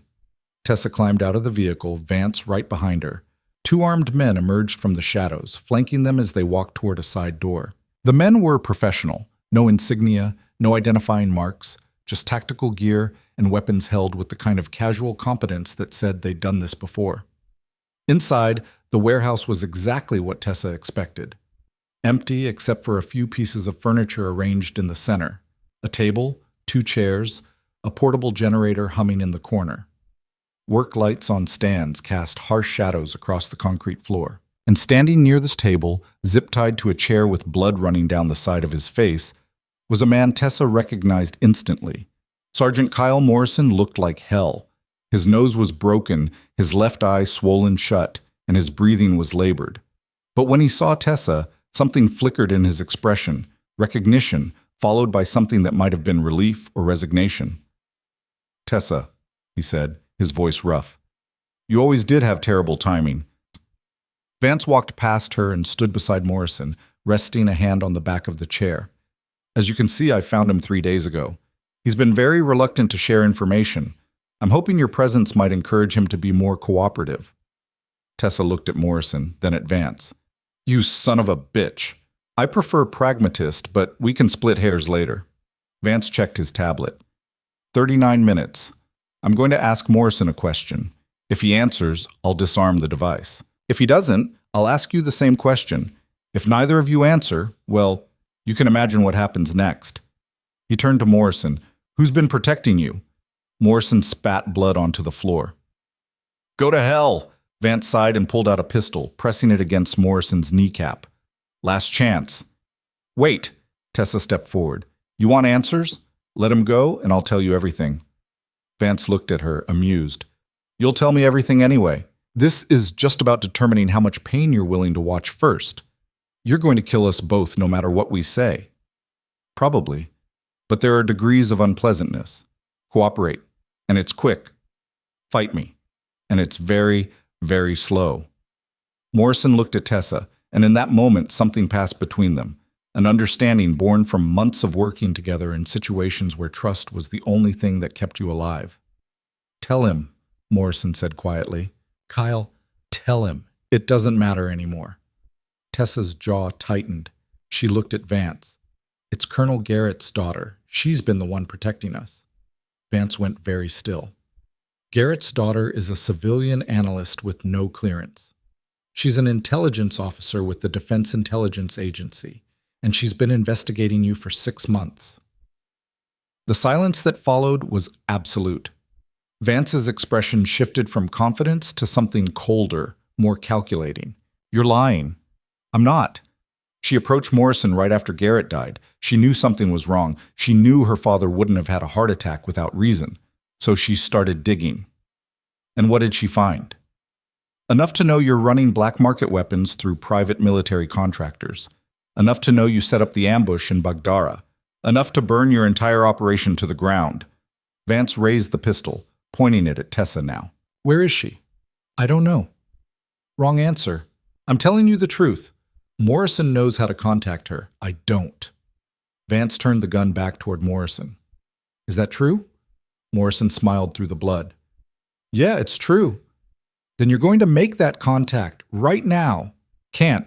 She only reaches out on her schedule. If I try to contact her outside protocol, she'll know something's wrong and she'll disappear. Then we wait. You don't have time to wait. That bomb goes off in 37 minutes. And when it does, every federal agency in the country is going to descend on Millerton, including DIA, including Garrett's daughter. Vance's finger tightened on the trigger. You're bluffing. Maybe. But are you willing to bet your freedom on it? Tessa watched the calculation happen in Vance's eyes. The weighing of risks, the assessment of outcomes. He was trapped in a situation he'd created, and every option led to exposure. Finally, he lowered the gun. Fine. We'll do this differently. He pulled out his phone and made a call. Disarm the device. Yes. Now. No, I don't care what the timeline was. Do it. He ended the call and looked at Tessa. There. The hospital is safe. Your friend at Riverside will receive the antidote. Everyone walks away happy. Except us. Except you. But at least you saved some lives before the end. That's something. Morrison laughed, a wet, pained sound. You really think this ends here? I think you're both about to have very unfortunate accidents. Tragic, really. Two veterans struggling with PTSD, meeting up in an abandoned warehouse, things getting out of hand. The local police will find your bodies in a few days and chalk it up to a murder-suicide. Except we're both zip-tied. Details can be adjusted. Tessa looked around the warehouse, calculating distances and angles. The two armed men were positioned near the entrance, blocking any escape. Vance had the gun. She and Morrison were both restrained. The odds weren't good, but they weren't impossible. Before you kill us, Tessa said, I need to know something. Why'd you do it? Why sell us out in Baghdara? Vance shrugged. Money. The intelligence community doesn't pay what it used to. Private contracting is where the real compensation happens. Redstone offered me a partnership. All I had to do was provide access and look the other way when certain shipments moved through certain channels. And when we found the cash? When you found the cash, you became a liability. Garrett wanted to report it up the chain. I convinced him to wait, told him we needed to verify the intelligence first. That bought me enough time to set up the ambush. You killed 3 people for money. I facilitated a tactical situation that eliminated a security risk. There's a difference. Not to the people who died. Vance raised the pistol again. And now I'm going to eliminate 2 more. Any last words? Morrison looked at Tessa. It's been real. Yeah. Vance took aim at Morrison's head.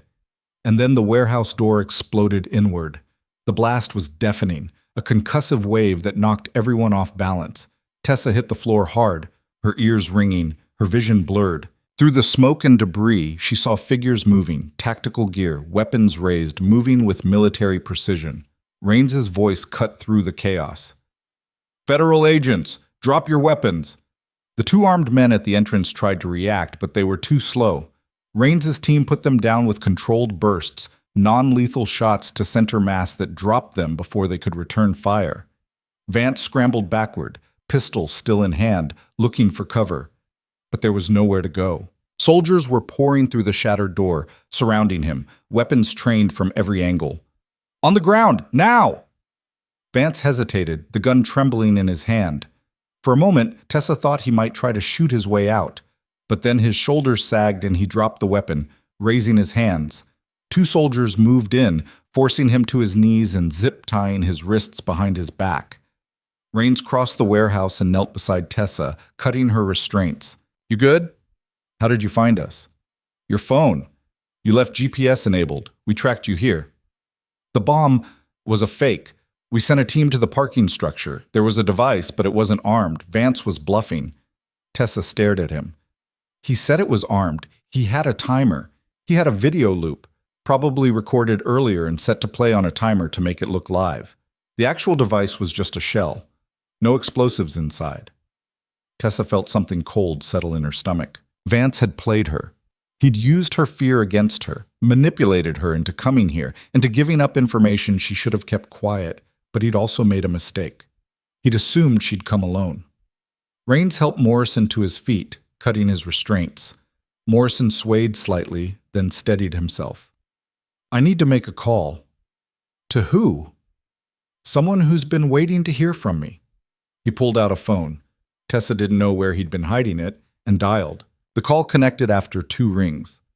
It's me, Morrison said.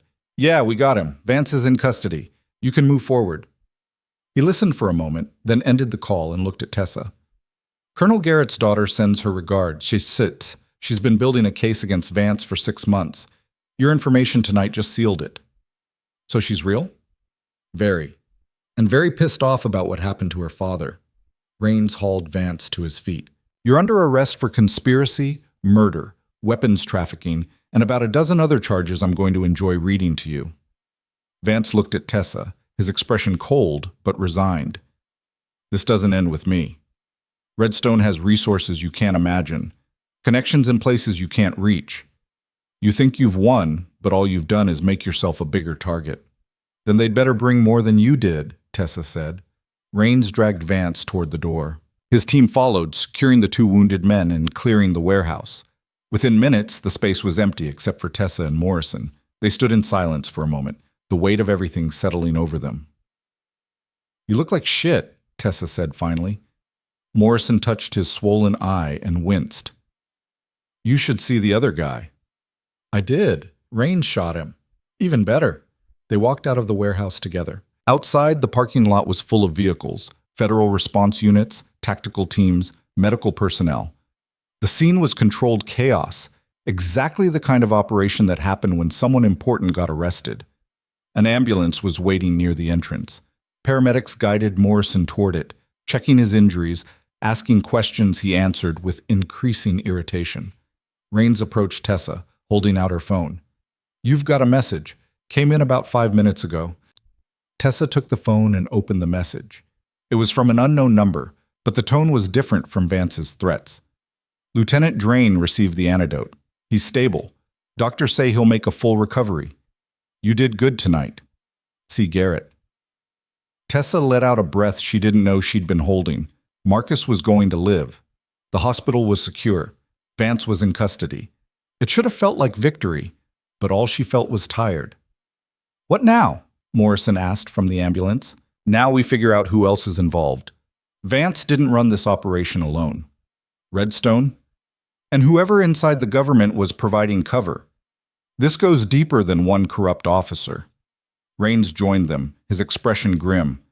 We've got a problem. Vance's phone just received a priority message. Looks like it came from someone high up in the Redstone command structure.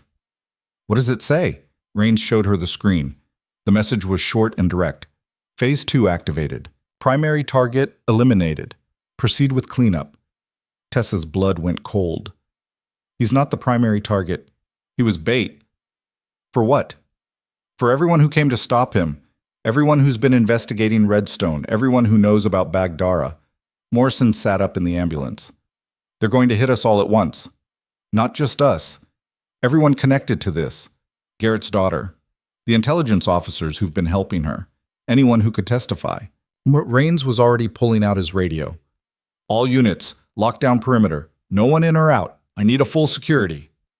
The explosion came from the east side of the parking lot, a massive fireball that erupted near one of the federal vehicles. The shockwave knocked Tessa off her feet, sending her sprawling across the asphalt. She rolled onto her back, ears ringing, and saw chaos erupting around her. Armed figures were emerging from the shadows beyond the chain-link fence, weapons firing, muzzle flashes lighting up the darkness. Rains's team returned fire, but they were caught in the open, exposed and outgunned. Tessa scrambled to her feet and ran toward the warehouse, looking for cover. Morrison was right behind her, moving despite his injuries, his training overriding the pain. They made it inside just as another explosion rocked the parking lot. Through the shattered door, Tessa could see bodies on the ground, soldiers taking cover behind vehicles, bullets tearing through metal and glass. Morrison grabbed a weapon from one of the wounded men Rains's team had taken down earlier. He checked the magazine, chambered around, and took up position near the door. They're not here to arrest anyone, he said. No, they're here to erase us. How many? Too many. Outside, the firefight intensified. Tessa could hear Rains shouting orders, coordinating his team, trying to establish a defensive perimeter. But the attackers had the advantage of surprise and overwhelming force. Tessa's phone buzzed. Another message from C. Garrett. They're coming for me too. If I don't make it, everything I've compiled is in a secure server. Access code BAGDARA_TRUTH. Make sure it gets out. The message included a link and a string of numbers. Tessa memorized both, then deleted the message. If Redstone was targeting everyone connected to this investigation, then Garrett's daughter was in immediate danger. And if she died, the evidence she'd been gathering would die with her, unless someone else could get to it first. "We need to get out of here," Tessa said. Morrison looked at her like she was insane. "In case you hadn't noticed, we're surrounded." "Then we go through them." "With what? Good intentions and harsh language?" Tessa picked up the other guard's weapon and checked it. Fully loaded. She grabbed 2 spare magazines from his belt and shoved them in her pocket. "You got a better idea?" Morrison smiled despite the blood on his face. "Not really." They moved to the back of the warehouse, looking for another exit. There was a service door that led to an alley running behind the building. Tessa cracked it open and looked out. Empty. For now. "We make for the street 2 blocks south. There's a commercial district. More witnesses. Harder for them to operate openly." "And if we don't make it 2 blocks?" "Then we don't." Morrison nodded. "Good enough." They slipped out into the alley and started moving, staying low, using the dumpsters and delivery vehicles for cover. Behind them, the firefight continued, the sound of gunfire echoing through the industrial district. They'd made it halfway down the alley when a figure stepped out from behind a shipping container. Bryn Collier, the charge nurse from Blackridge, stood blocking their path. She had a gun in her hand and an expression that said she was done playing subtle. "I told them you'd run," she said. "I told them you'd never just surrender, but they didn't listen." Tessa raised her weapon. "Get out of the way." "Can't do that. I've got orders." "From who? Vance is in custody. Your operation's blown." "Vance was middle management. The people I work for don't get caught." "Redstone." "Among others." Morrison moved slightly to the left, trying to flank her, but Bryn tracked him with the gun. "Don't. I'm a better shot than you think." "Why?" Tessa asked. "Why work for them?" "Because the government doesn't take care of its own. I did 15 years as a combat medic. Got out with a bad back and a pension that barely covers rent. Redstone offered me real money to do what I already knew how to do. I'd have been stupid to say no. You helped them plant bombs in a hospital. I helped them eliminate threats to national security. There's a difference. Not to the people you were willing to kill." Bryn's finger tightened on the trigger. "I'm sorry it came to this. I really am. But orders are orders." The shot rang out, sharp and final in the narrow alley. But it wasn't Bryn who fired. She stumbled forward, a red stain spreading across the back of her shirt. She dropped to her knees, the gun clattering from her hand, and pitched forward onto the asphalt. Behind her, standing at the far end of the alley with a rifle still raised, was a woman in her late 20s with dark hair and her father's eyes. Catherine Garrett lowered the weapon and walked toward them. "You must be Hale and Morrison." Tessa stared at her. "You're supposed to be in hiding." "I was. Then I got word that Redstone activated their cleanup protocol. Figured you could use some help." "Your father would have done the same thing. Now come on, we don't have much time." They followed her out of the alley and onto a side street where a nondescript sedan was waiting. Catherine slid into the driver's seat, Tessa took the passenger side, and Morrison climbed in back. Catherine pulled away from the curb, driving fast but not recklessly, navigating through the industrial district toward the main roads. "Where are we going?" Tessa asked. "Somewhere safe, or at least safer than here. Redstone's going to come after you." "They've been coming after me for 6 months. I'm still here." "Your father died because he trusted the wrong people. I'm not making that mistake." She glanced at Tessa. "You did good tonight. Vance's arrest is going to open doors. People are going to start asking questions he can't answer, and when they do, everything I've compiled is going to come flooding out. Unless Redstone kills everyone who knows about it first. That's why we need to move fast. I've got contacts in the Inspector General's office. People who can't be bought. We get the evidence to them, and this whole thing comes apart." Morrison leaned forward from the back seat. "And what about us? We're targets now. Everyone who helped bring down Vance is marked. Then we go public. Tell the story. Force Redstone to operate in the light where everyone can see them."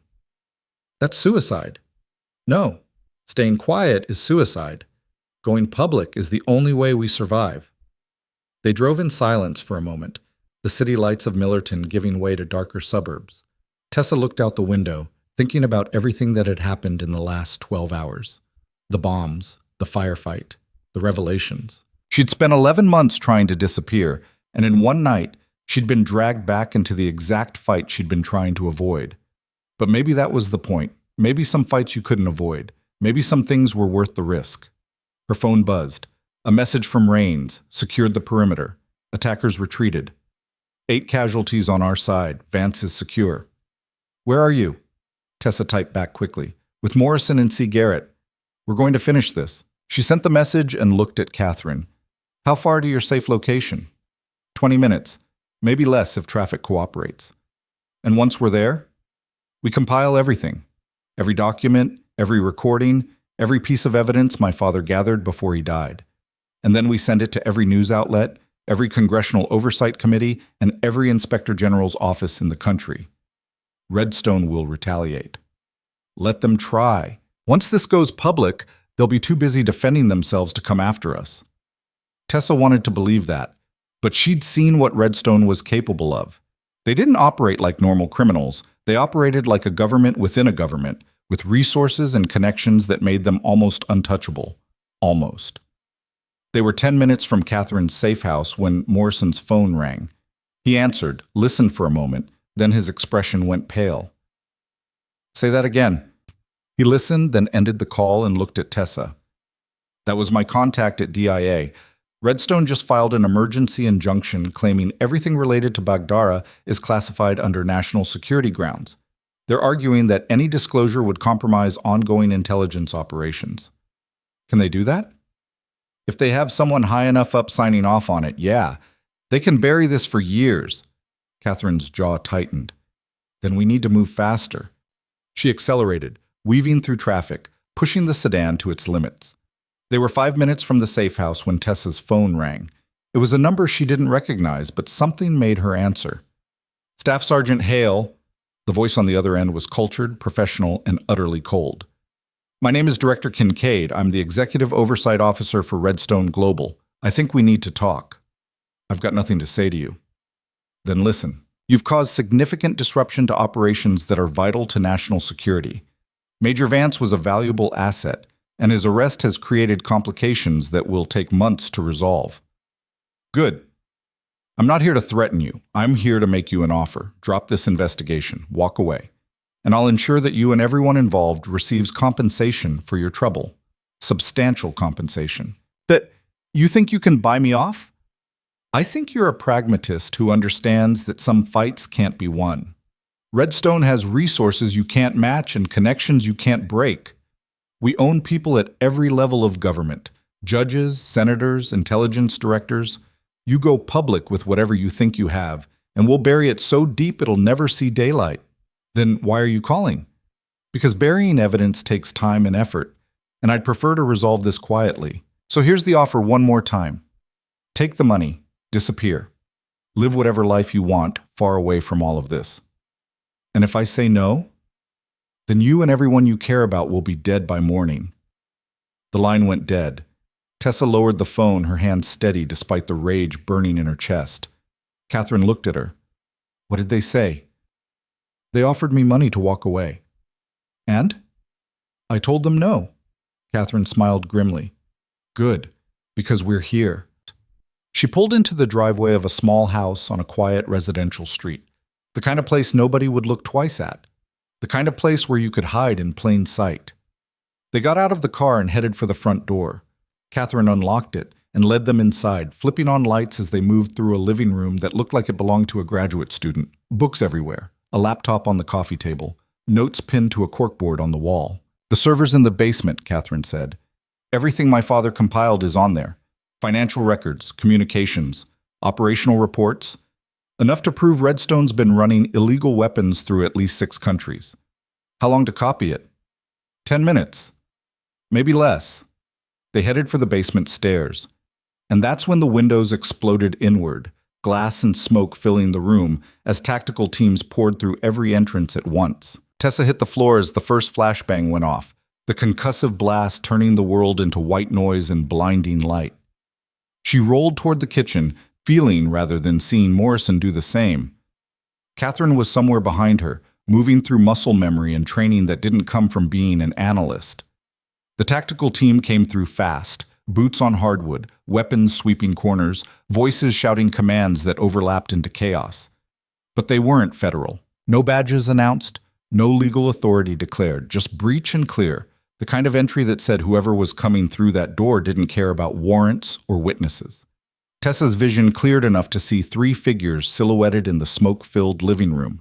She grabbed the nearest thing within reach, a heavy ceramic lamp, and hurled it at the closest one. It caught him in the shoulder, throwing off his aim just long enough for Morrison to tackle him from the side. They went down hard, Morrison driving his elbow into the man's throat before ripping the weapon free. He fired twice, controlled bursts that dropped another figure coming through the shattered window.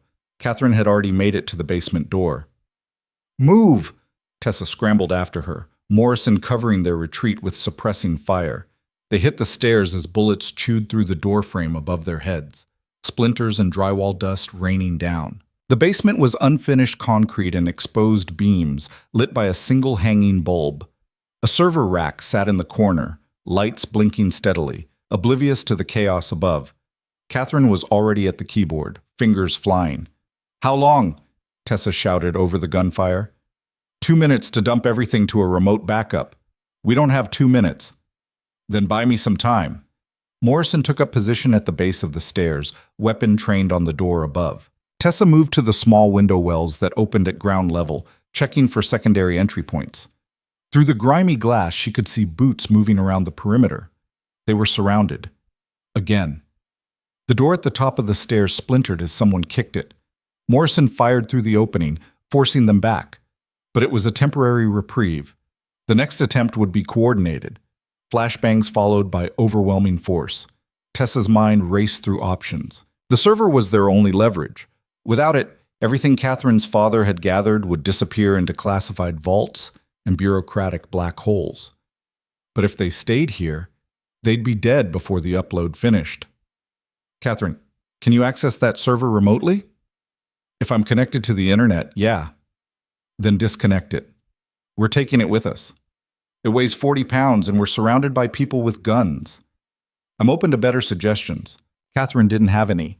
She yanked cables free, killed the power, and started unbolting the server from its rack. Morrison fired another burst up the stairs, then swore as his magazine ran dry. "I'm out."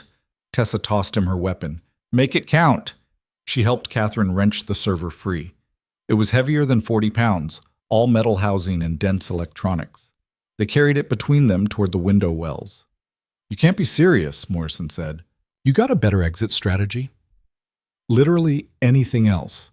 Tessa ignored him. She grabbed a toolbox sitting on a nearby workbench and hurled it through the window well. Glass shattered outward. She knocked out the remaining shards with the heel of her boot, then started pushing the server through the opening. It barely fit. Metal scraped against concrete, the sharp sound lost under the resumed gunfire. Catherine climbed through first, dragging the server with her. Tessa followed, her shoulders barely clearing the frame. They emerged in the narrow space between the house and the neighbor's fence, overgrown with weeds and littered with forgotten trash. Morrison came through last, firing a final shot up the stairs before diving through the window. The tactical team would realize what happened in seconds, maybe less. They hauled the server through the weeds, Catherine leading them toward the back fence. She kicked at a loose board until it gave way, creating a gap just wide enough to squeeze through. They emerged in the neighbor's backyard, a well-maintained space with a garden and a patio that looked like it belonged to someone who cared about curb appeal.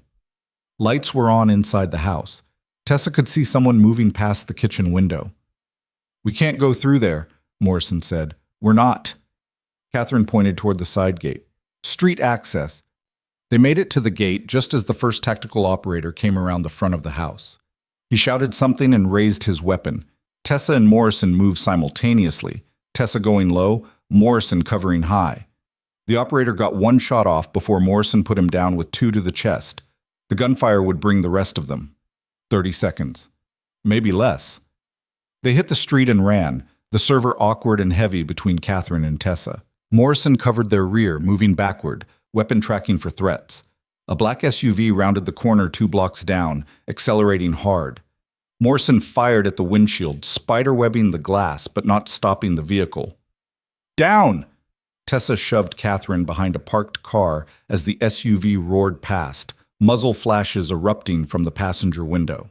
Bullets punched through metal and shattered glass, the street erupting into chaos.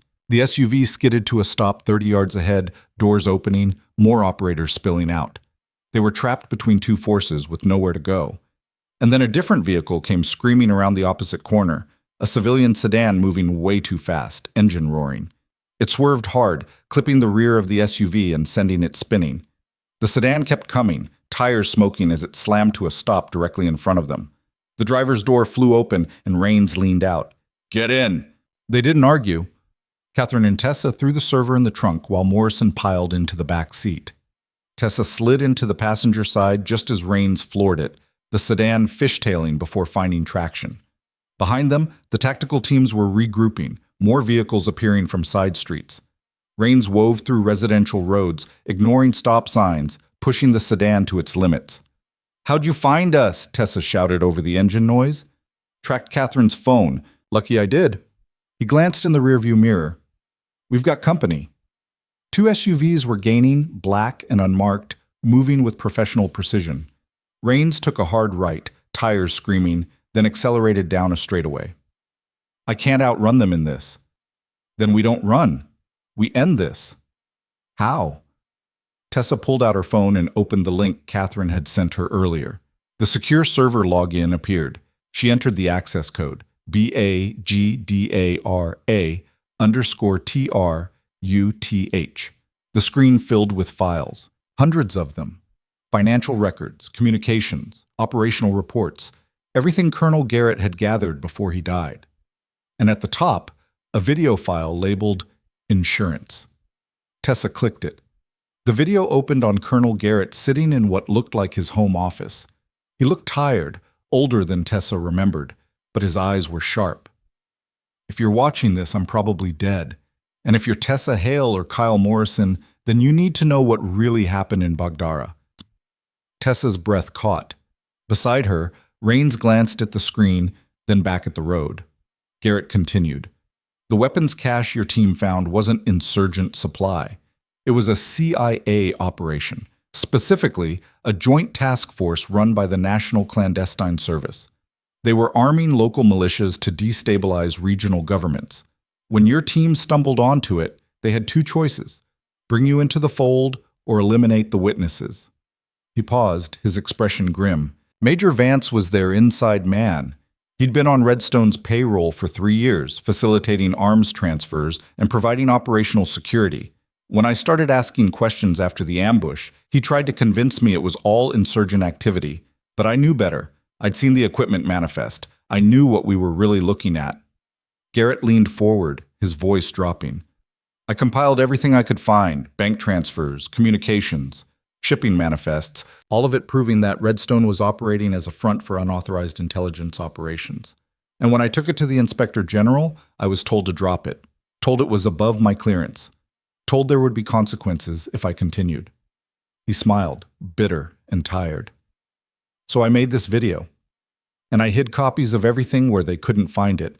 If you're watching this, it means they got to me, but it also means you have everything you need to expose them." The video ended. Tessa stared at the screen, processing what she'd just heard. The CIA. Not just Redstone, not just Vance, an entire apparatus of clandestine operations using private contractors to do the government's dirty work. "We need to go public with this," Morrison said from the back seat. "Right now, before they can bury it." "We can't just email this to a reporter," Catherine said. "Redstone has people everywhere. They'll intercept it, claim it's fabricated, tie it up in legal injunctions until everyone forgets it exists." "So what do we do?" Tessa looked at Rains. "How far are we from the federal courthouse?" 20 minutes. Why?" "Because there's a grand jury convening tomorrow morning on federal corruption charges. Completely unrelated case. But if we get this evidence into that proceeding, it becomes part of the official record. They can't bury it. They can't classify it. It's public testimony." Rains shook his head. "You'd need a federal prosecutor to introduce it.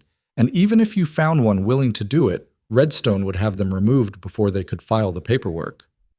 "Not if we have something they want more." "Like what?" "Vance. He's in custody. If we can get him to flip to testify about Redstone's operations, the prosecutor's office won't have a choice. They'll have to bring it to the grand jury.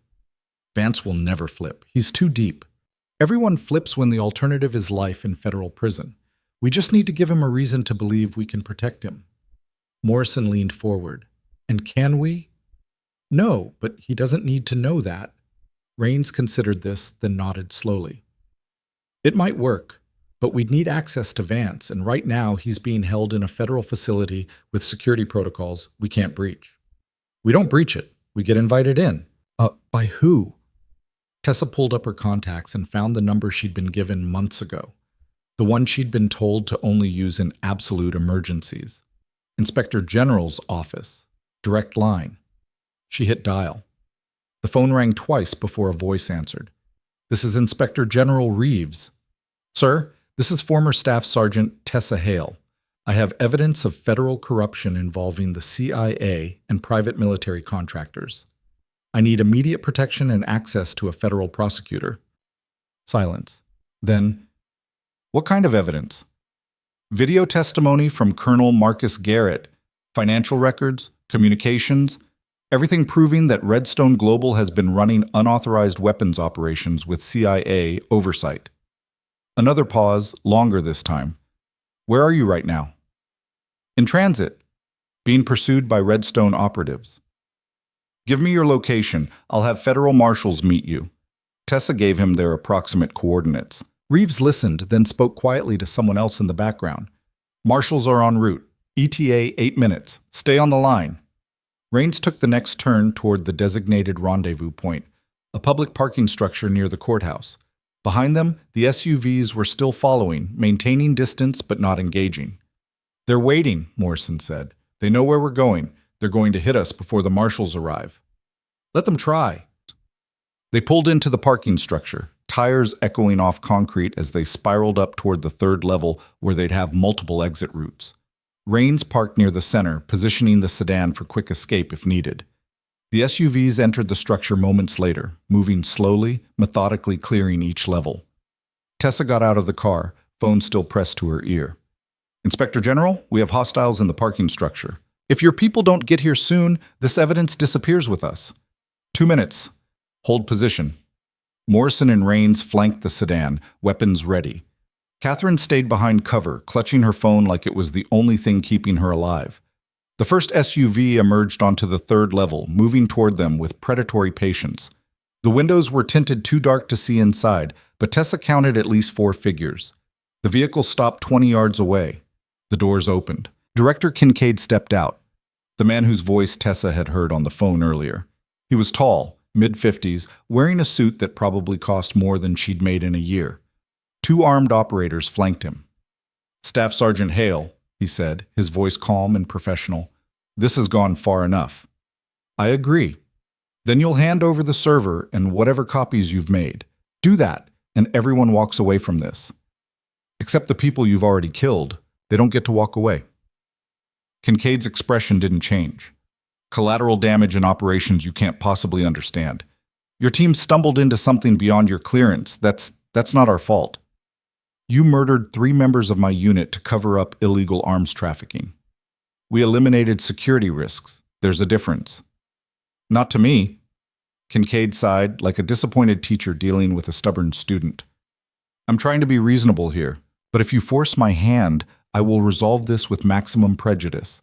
That means everyone in this parking structure dies, including you, including Colonel Garrett's daughter. Everyone. You're threatening to commit mass murder in a federal parking structure. I'm resolving a national security issue, different terminology, same result.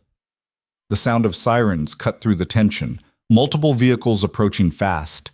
Kincaid's jaw tightened. He looked at his operators, then back at Tessa. Last chance.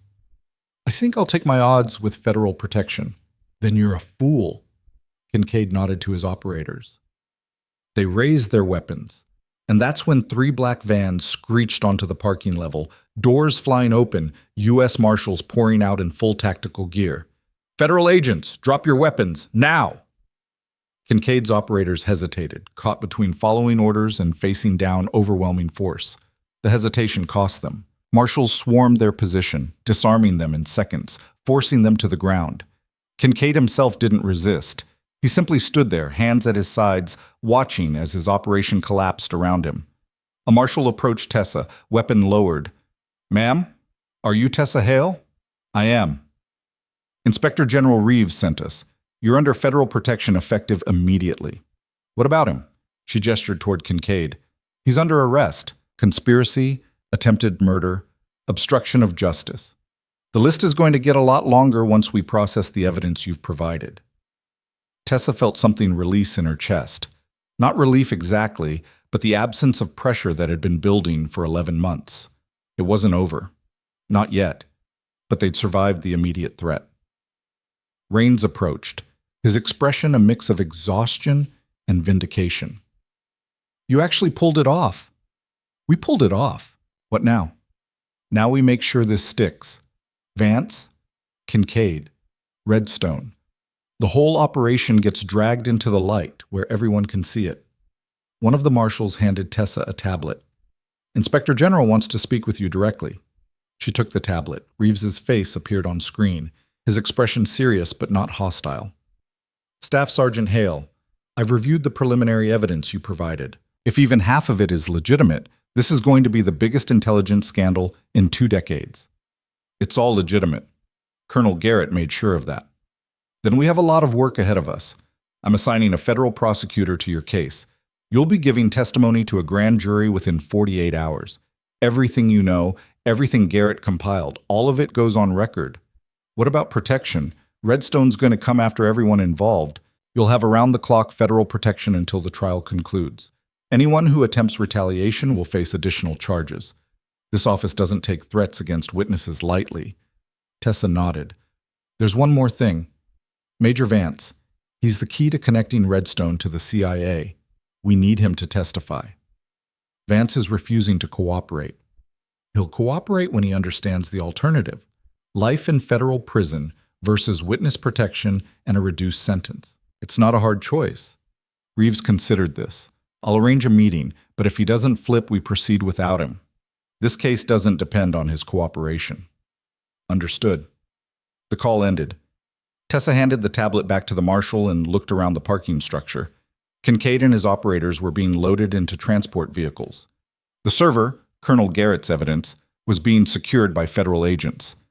Catherine stood nearby, looking shell-shocked but alive.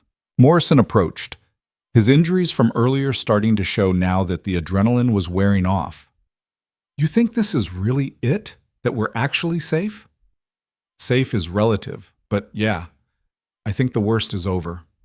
And Redstone, the CIA, all the people who benefited from keeping this quiet, they're about to have a very public reckoning."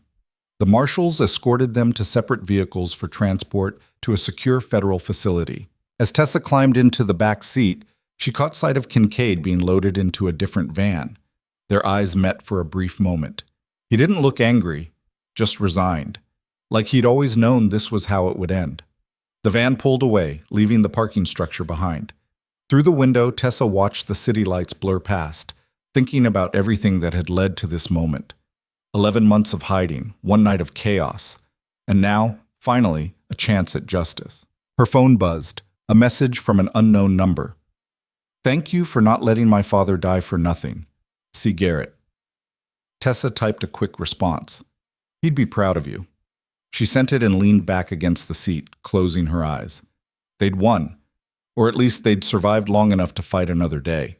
The secure facility turned out to be a federal courthouse annex with reinforced security and accommodations for protected witnesses. Tessa was given a room on the 3rd floor, small but functional, with a bed, desk, and a window that overlooked the city. Raines appeared in her doorway an hour later, holding 2 cups of coffee. "Thought you could use this." She took one gratefully. "You didn't have to stay." "Yeah, I did. This is my case too now. Vance was my caller. I want to see it through." "Any word on when we meet with him?" "Tomorrow morning. The prosecutor wants you there when they make the pitch. Apparently your presence might encourage cooperation." "Because I'm the one he tried to kill." "Something like that." They sat in silence for a moment, drinking coffee that tasted like it had been brewed hours ago. "You know this is going to get ugly," Raines said finally. Once the story goes public, once the media gets hold of it, there's going to be investigations, congressional hearings, careers destroyed. Good. Some of those careers belong to people who thought they were doing the right thing, people who believed the intelligence operations were necessary. That doesn't make them right, and it doesn't excuse what they did. Raines nodded. Just wanted to make sure you were ready for it. The blowback, the scrutiny. You're going to become very visible very quickly. Tessa had already thought about that. She'd spent 11 months invisible, and now she was about to become the most visible person in the intelligence community. Every decision she'd made, every action she'd taken would be examined and questioned. But that was the price of justice.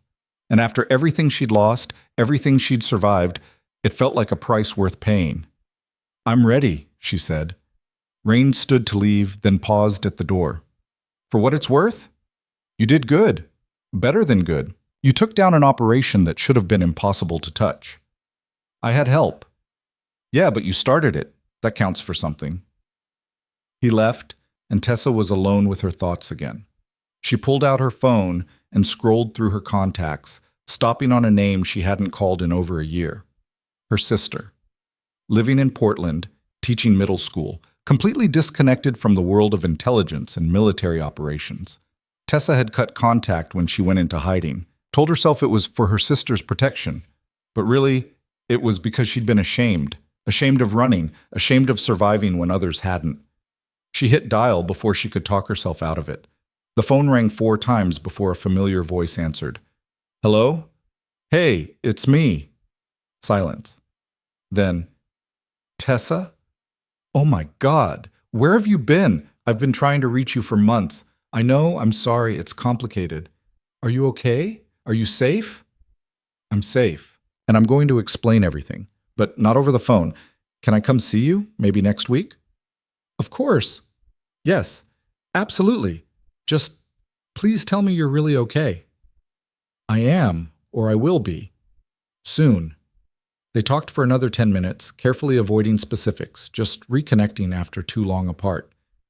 When the call ended, Tessa felt something she hadn't felt in months. Hope. She slept better that night than she had in almost a year. No nightmares, no waking up in a cold sweat, just deep, dreamless rest. The meeting with Vance was scheduled for 9 the next morning in a secured interview room. Tessa arrived early, flanked by marshals, and was led through multiple security checkpoints before reaching the room. Vance was already there, sitting at a metal table, hands cuffed in front of him. He looked worse than when Tessa had last seen him, unshaven, tired, the polish stripped away to reveal something more human underneath. The federal prosecutor, a sharp-eyed woman named Elena Vasquez, sat across from him. She looked up when Tessa entered, then gestured to the empty chair beside her. Staff Sergeant Hale, thank you for coming. Tessa sat down, her eyes locked on Vance. He stared back, his expression unreadable. Vasquez opened a folder in front of her. Major Vance, you've been read your rights. You understand that anything you say can and will be used against you. I understand. Good, because I'm about to make you an offer. And before you refuse it, I want you to fully understand what you're facing. She pulled out a sheet of paper and slid it across the table. This is the preliminary charge sheet: conspiracy to commit murder, weapons trafficking, obstruction of justice, treason. The treason charge alone carries a maximum penalty of death. Vance didn't look at the paper. I'm aware of the charges. Then you're also aware that the evidence against you is overwhelming. We have Colonel Garrett's testimony. We have financial records. We have communications. We have witnesses. You're not walking away from this. So why are we having this conversation? Because the people you work for are going to throw you to the wolves. Redstone, the CIA, all of them. They're going to claim you were a rogue operator acting without authorization. They're going to bury you so deep that nobody even remembers your name. Unless I cooperate. Unless you cooperate. You testify against Redstone. You provide names, dates, operations, everything you know about the illegal arms trafficking. And in exchange, we offer you a deal. 20 years in federal prison instead of life. Witness protection after you serve your sentence. Vance leaned back in his chair. 20 years is a long time. It's better than death. Maybe. He looked at Tessa. What do you think, Staff Sergeant? Think I should take the deal? I think you should rot in prison for what you did. But if your testimony brings down the people who ordered the hit on my team, then yeah, take the deal. Vance smiled, cold and bitter. You always were pragmatic. That's what I liked about you. I don't care what you liked about me. I care about justice. Justice. He said the word like it tasted bad. You really believe that's what this is? Justice? More than you'll ever get otherwise. He was quiet for a long moment, staring at the charge sheet. Then he looked at Vasquez. I want full immunity for any testimony I provide. Not happening. 20 years is the offer. Then we don't have a deal. Vasquez started gathering her papers. Then enjoy your trial and the rest of your very short life in federal supermax. She stood to leave. Tessa followed. They were almost at the door when Vance spoke again. Wait. Vasquez turned back. Vance's shoulders sagged. 15 years, and witness protection starts immediately after sentencing. 20 years. Non-negotiable. Then throw in protective custody during the trial. Redstone's going to come after me the second they realize I'm cooperating. Vasquez considered this, then nodded. Done. But the testimony starts today, right now. Everything you know. Vance looked at Tessa one last time. You sure you want to hear this? Once I start talking, you're going to learn things about people you trusted. Things that are going to make you question everything. I stopped trusting people a long time ago. Fair enough. He turned back to Vasquez. Get me a recorder. This is going to take a while. Tessa stayed for the first hour of testimony, listening as Vance detailed the operations he'd been part of. The arms shipments, the bribed officials, the CIA handlers who'd authorized everything. Names kept coming. Some Tessa recognized, some she didn't. But each one was another brick in the case Vasquez was building. When she finally left the room, Raines was waiting in the hallway. How'd it go? He flipped. Vasquez is getting everything on record. Think it'll be enough? It'll be enough to start. The rest will come once people start seeing consequences. Once they realize protecting Redstone isn't worth their careers. They walked together toward the exit, passing marshals and federal agents who nodded respectfully as they went by. Tessa wasn't invisible anymore. She was a witness, a survivor, someone who'd stood up when others had looked away. Outside, the morning sun was bright and cold, casting long shadows across the courthouse steps. Tessa stood there for a moment, breathing in air that felt cleaner somehow. Morrison appeared from a waiting vehicle, Catherine beside him. They both looked exhausted, but alive. It's done, Tessa said.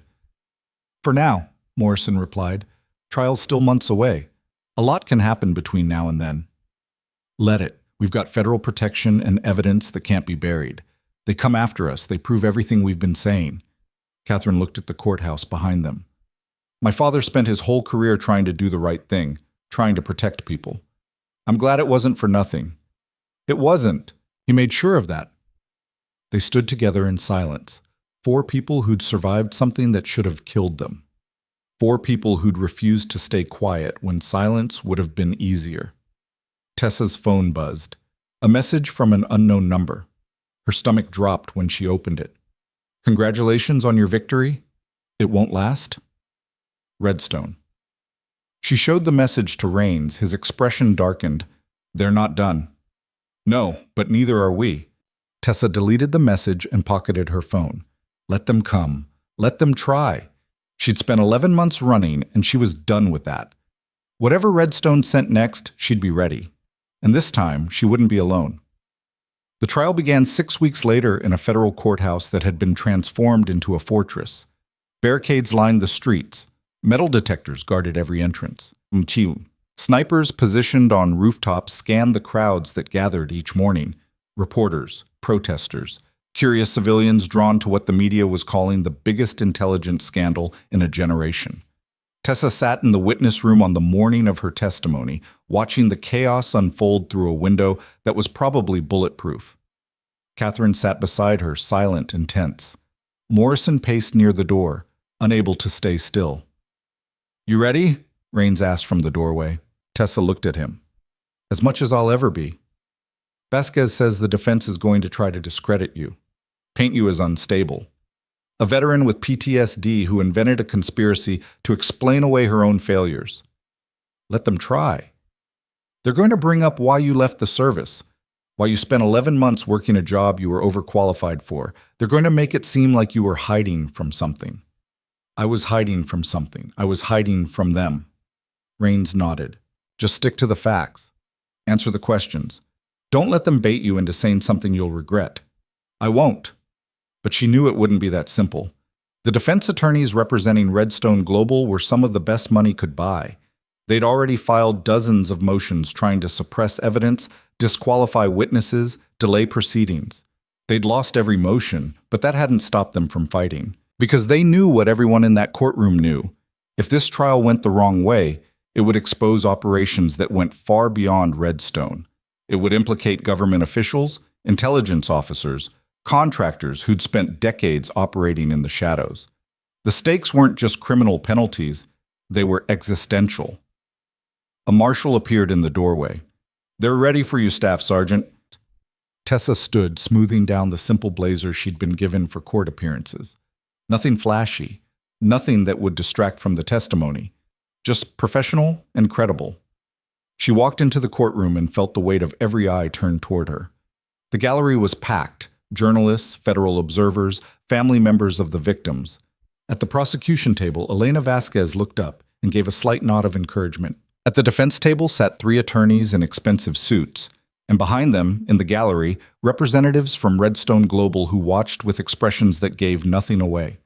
The judge, a gray-haired woman named Carmichael, who'd spent 30 years on the federal bench, gestured toward the witness stand. "Please be seated, Staff Sergeant Hale." Tessa took the oath and sat down, her hands folded in her lap, her posture straight. She'd testified before, but never like this. Never with this much writing on every word. Vasquez approached, her expression calm and professional. "Staff Sergeant Hale, can you tell the court about your service record?" "I served 8 years in the Army, explosive ordnance disposal, deployed 3 times, received commendations for valor and technical proficiency." "And why did you leave the service?" "Because 3 members of my unit were killed in an ambush that shouldn't have happened, and I believe someone on the inside had set us up." The defense attorney stood immediately. "Objection, speculation." Judge Carmichael looked at Tessa. "Do you have evidence to support that belief?" "Yes, Your Honor. The evidence that's been submitted to this court. Communications between Major Vance and Redstone operatives. Financial records showing payments. All of it proving that our mission was compromised before we ever set foot in Baghdara." The judge nodded. "Overruled. Continue." Vasquez walked Tessa through the events of that night at Black Ridge Trauma Center. The tampered vent. The military dog that had alerted. The device she'd identified before anyone else understood the threat. Every detail was documented, backed by security footage, corroborated by witness testimony. When Vasquez finished, the lead defense attorney, a man named Harrington with silver hair and a voice like honey, stood to cross-examine. "Staff Sergeant Hale, you claim you identified an explosive device in Lieutenant Drain's hospital room, but according to your own testimony, you'd been out of active duty for 11 months. How is it possible you recognize something that trained EOD technicians would have needed specialized equipment to detect?" "Because I know what to look for. Training doesn't disappear just because you change jobs." "But you weren't working as an EOD tech anymore, were you? You were working as a nurse, a significant step down from your previous position." "I was working a job that allowed me to stay off the radar." "Off the radar from who?" "From the people trying to kill me." Harrington smiled like he'd been waiting for that answer. "And who exactly was trying to kill you?" "Redstone Global, under orders from Major Vance and his handlers." "Handlers? You mean government officials?" "Yes." "Can you name these officials?" Vasquez stood. "Your Honor, the witness has already provided a list of names in sealed testimony. Defense counsel has access to that information." Harrington nodded. "Yes, I've seen the list, and I find it interesting that Staff Sergeant Hale is accusing multiple high-ranking intelligence officers of conspiracy without any direct evidence linking them to the alleged crimes." "The evidence is in Colonel Garrett's files," Tessa said. "Everything he compiled before he was killed. Before he died of a heart attack, you mean? A natural death that you're now claiming was murder." A convenient death that happened right after he started asking the wrong questions. Convenient for your narrative, perhaps, but the medical examiner's report shows no signs of foul play, no toxins, no trauma. Just a man in his 60s with a history of heart disease who suffered a fatal cardiac event. Tessa kept her voice steady. I'm not a medical examiner. I can't prove how Colonel Garrett died, but I can prove that the people he was investigating had motive to silence him. Motive isn't evidence, Staff Sergeant. It's speculation. Then explain the devices planted at Black Ridge. Explain the tactical team that attacked a federal safe house. Explain why Redstone sent armed operatives to kill witnesses before they could testify. Harrington's expression didn't change. I don't have to explain anything. The burden of proof is on the prosecution, and what they've presented is a collection of circumstantial evidence held together by the testimony of witnesses who have every reason to lie. I'm not lying. Aren't you? You disappeared for 11 months, cut off contact with everyone you knew, worked a job you were overqualified for. Classic signs of paranoia and mental instability. How do we know you didn't fabricate this entire conspiracy to justify your own failures? Tessa felt anger rising in her chest, but she forced it down. Because I'm not the only witness. Captain Rains will testify. Sergeant Morrison will testify. Catherine Garrett will testify. We're not all fabricating the same story. Or you're all part of a coordinated effort to bring down an organization that exposed operational failures you'd rather keep hidden. Vasquez stood again. Your Honor, defense counsel is badgering the witness. Judge Carmichael nodded. Sustained. Mr. Harrington, move on. Harrington studied Tessa for a long moment, then returned to his table. No further questions. Tessa stepped down from the witness stand, her legs shaking slightly, but her expression controlled. She'd done what she came to do. The rest was up to the jury. Over the next 3 weeks, the prosecution presented a case that was methodical and devastating. Rains testified about the devices found at Black Ridge, the tactical teams that had attacked federal personnel, the evidence seized from Redstone operatives. Morrison described the torture he'd endured, the questions they'd asked, the operations they'd wanted to keep buried. Catherine presented her father's files, thousands of documents proving financial connections between Redstone and government officials. Bank transfers. Encrypted communications. Operational reports that showed Redstone had been running unauthorized weapons shipments for years. And then Vance took the stand. He looked smaller than Tessa remembered, diminished by weeks in federal custody. But when he spoke, his voice was clear and steady. Vasquez led him through his testimony with surgical precision, every operation he'd overseen, every payment he'd authorized, every order he'd given that had resulted in deaths. Why did you do it? Vasquez asked. Vance looked at the jury. Because I was told it was necessary, that the operations we were running were vital to national security, that the ends justified the means. And do you still believe that? No. I believe I was used. That people higher up the chain saw an opportunity to profit from illegal activity and convinced themselves it was patriotic. The defense attorneys attacked him during cross-examination, trying to paint him as a liar, trying to reduce his sentence. But the evidence backed up everything he said. The jury could see it. The judge could see it. Even Redstone's attorneys could see it, though they'd never admit it. The trial lasted 8 weeks total. By the end, the courtroom felt like a pressure cooker ready to explode. Media coverage was relentless. Cable news ran segments analyzing every day's testimony. Former intelligence officers appeared on talk shows defending or condemning the operations. Congressional committees announced investigations. When the jury finally deliberated, it took them less than 4 hours to reach a verdict. Tessa sat in the gallery as the foreman stood to read the decision. Guilty on all counts. Conspiracy. Murder. Weapons trafficking. Every charge stuck. The sentencing came 2 weeks later. Vance received 20 years as agreed. Kincaid and the other Redstone executives received life without parole. Lesser operatives received sentences ranging from 15 to 30 years. But the real reckoning came in the aftermath. Within a month, 3 high-ranking CIA officials resigned under pressure.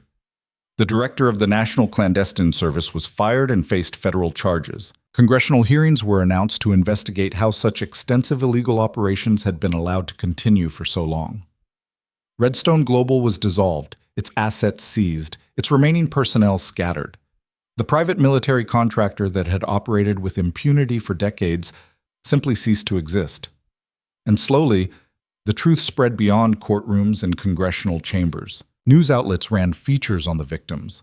The 3 soldiers killed in Baghdara, the others who'd died trying to expose the conspiracy. Their families finally had answers, finally had justice. Tessa stood in Arlington National Cemetery on a cold morning in November, watching as 3 headstones were unveiled. Her team, the people who'd trusted her, worked beside her, died because someone decided they knew too much. Their families were there, parents, siblings, children who'd grown up without them. Morrison stood beside Tessa, his arm in a sling from injuries that still hadn't fully healed.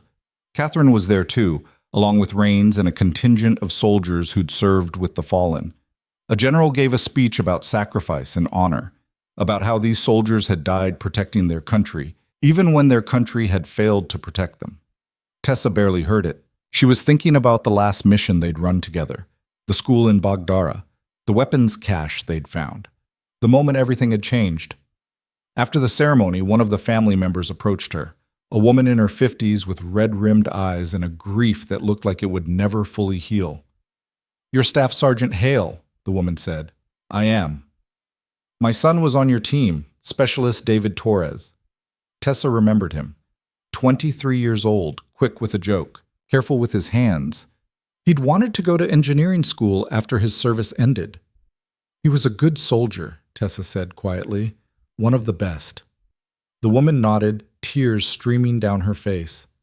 "Thank you for not letting them bury what happened, for making sure people knew he didn't die for nothing." "He didn't. None of them did." The woman squeezed Tessa's hand, then walked back to her family.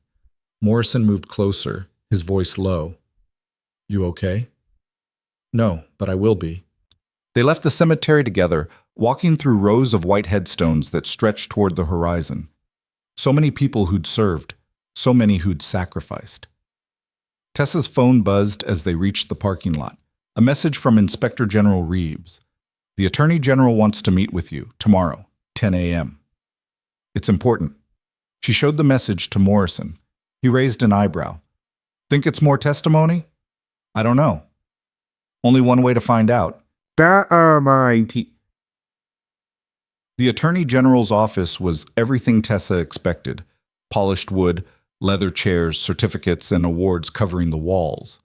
The AG herself was a sharp-eyed woman in her 50s who'd spent 20 years as a prosecutor before being appointed to her current position. "Staff Sergeant Hale," she said, gesturing to a chair. "Thank you for coming." Tessa sat, wary. "What's this about?" "About what comes next. You've done something remarkable. You've exposed corruption that most people wouldn't have dared to challenge. You've brought justice to victims who deserved it, and in doing so you've demonstrated exactly the kind of integrity we need." "Need for what?" The AG leaned forward. "The intelligence community is broken. The Redstone scandal proved that. We have operations running without proper oversight. Contractors operating as if they're above the law. Officials who've forgotten that they serve the public, not the other way around." "I'm aware." "We're forming a special oversight division. Independent investigators with clearance to examine any operation, any contractor, any official. People who can't be bought or intimidated. People who actually give a damn about doing the right thing." Tessa saw where this was going. "You want me to join?" "I want you to lead it. You'd have authority to investigate any operation you deem suspicious. Full federal backing. A team of investigators reporting directly to you." "I'm not an investigator. I'm EOD. You're someone who sees things other people miss. Someone who doesn't quit when things get hard. That's exactly what this division needs." Tessa sat back, processing the offer. Part of her wanted to say no. She'd spent the last year fighting just to survive. She was tired. She wanted peace. But another part of her, the part that had joined the military in the first place, understood that peace came with a price, that someone had to stand up and do the hard work of keeping the system honest. "I need to think about it," Tessa said. "Take your time, but not too much time. There are already operations we need investigated. Contractors who think the Redstone verdict was a fluke. Officials who think they can go back to business as usual. And if I say yes, then you make sure they understand it wasn't a fluke, that there are consequences for corruption, that nobody is untouchable. Tessa left the meeting with more questions than answers. She called Morrison, who told her she'd be crazy to turn down the offer.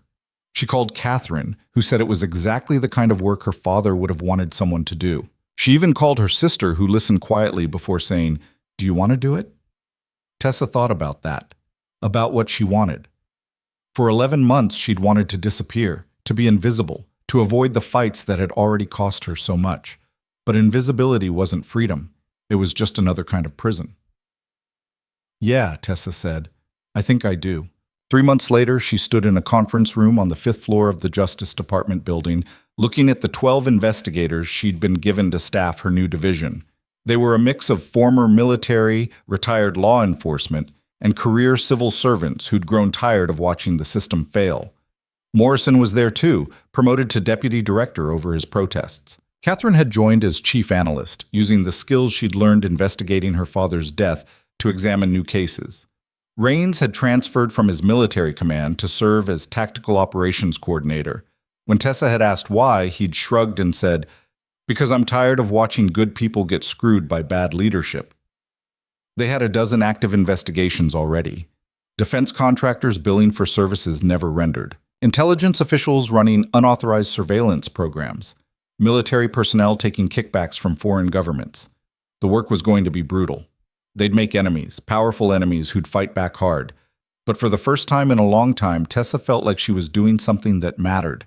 Not just surviving, not just hiding, actually making a difference. She stood at the head of the conference table, looking at her team. "Most of you know why you're here. You've seen what happens when nobody's watching. When the people who are supposed to protect us decide that rules don't apply to them. We're here to change that."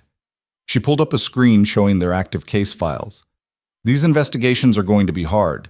The people we're going after have resources, connections, and lawyers who get paid more in a week than we make in a year.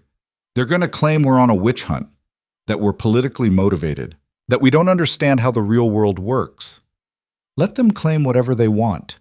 We're not here to make friends. We're here to do our jobs. And if we do them right, some very powerful people are going to end up in prison." Morrison spoke up from the back. "What's our first move?" "We start with the low-hanging fruit, cases where the evidence is already solid. We get convictions, build credibility, show people we're serious. Then we go after the bigger targets. And if they come after us, then we document it, prosecute it, and add it to the list of charges. Witness intimidation is a felony. Let them try." The meeting lasted 2 hours. By the end, everyone understood their assignments. They filed out one by one until only Tessa and Morrison remained. "You really think we can pull this off?" Morrison asked. "I don't know, but I think we have to try. Your sister called me yesterday, wanted to know if you were really okay. What'd you tell her?" "That you're doing what you need to do, and that she should be proud of you." Tessa smiled despite herself. "Thanks." "For what?" "For not letting me stay invisible." Morrison stood to leave, then paused at the door. "You know, when we were in that warehouse with Vance, I thought we were done. That we'd fought our way through all of it just to die in some industrial district nobody would remember. But we didn't die. No, we didn't. And now we're here, doing something that actually matters. That's not nothing." "No, it's not." After Morrison left, Tessa stood alone in the conference room, looking out the window at the city below. Somewhere out there, operations were running that shouldn't be.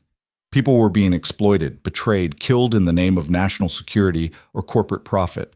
For most of her life, she'd believed that the system would eventually correct itself, that good people would rise to positions of power and fix the problems. But Bagdara had taught her otherwise. The system didn't fix itself. It protected itself. And the only way to change it was to force accountability from the outside. She pulled out her phone and opened the contact for Lieutenant Marcus Drain. He'd recovered fully from the poisoning and returned to active duty, though he still sent updates every few weeks. She typed a message, started the new job, going after the people who think they're untouchable. "Wish me luck." His response came quickly. "You don't need luck. You need body armor and a good lawyer. But knowing you, you've already got both. Give them hell." Tessa smiled and pocketed the phone. She gathered her files, locked the conference room, and then headed for the elevator. Tomorrow would bring new investigations, new challenges. New fights against people who'd spent lifetimes avoiding consequences. But tonight, she'd go home to her apartment. A real apartment now, not a safe house or a hotel room. She'd call her sister and actually talk about something other than survival. She'd sleep without checking the locks 3 times or keeping a weapon within reach. Because she wasn't running anymore, wasn't hiding, wasn't waiting for someone else to fix the problem she'd witnessed. She was the person doing the fixing now, and that made all the difference. 6 months into the job, her division had secured 14 convictions and launched 23 new investigations. They'd exposed a defense contractor overcharging the government by millions. They'd caught an intelligence officer selling classified information to foreign buyers. They dismantled a network of corrupt military officials taking kickbacks from suppliers. The work was brutal, exactly as Tessa had predicted. They received threats regularly, legal challenges constantly. Political pressure from officials who wanted certain investigations dropped. But they kept going. Because every conviction sent a message. Every exposure proved that accountability still mattered. Every case reminded people that there were still those willing to stand up when it was easier to look away. Tessa sat in her office late one evening, reviewing files for a case that was going to trial next month. Her phone rang. Unknown number. She almost didn't answer, but something made her pick up. "This is Hale." Staff Sergeant, or should I say Director Hale now. The voice was older, cultured, vaguely familiar. "You don't know me, but I've been watching your work with great interest." "Who is this?" "Someone who made the mistake of underestimating you once. I won't make that mistake again." "If this is a threat, it's not a threat. It's a compliment. You've done more damage to certain operations in 6 months than anyone else managed in 6 years.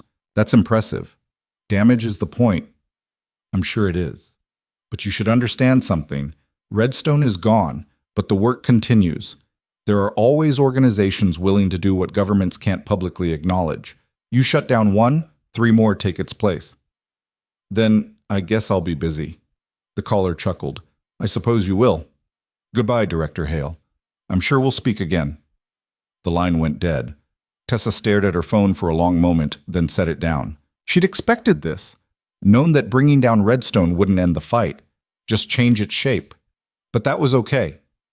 Because she wasn't the same person who'd worked 3rd shift at Blackridge Trauma Center, hoping nobody would notice her. She wasn't the soldier who'd disappeared after Baghdara, too scared to fight back. She was someone who'd learned that the only way to survive wasn't to hide from the fight. It was to take the fight to them first. And she was just getting started. Tessa closed her laptop, gathered her things, and walked out of the office.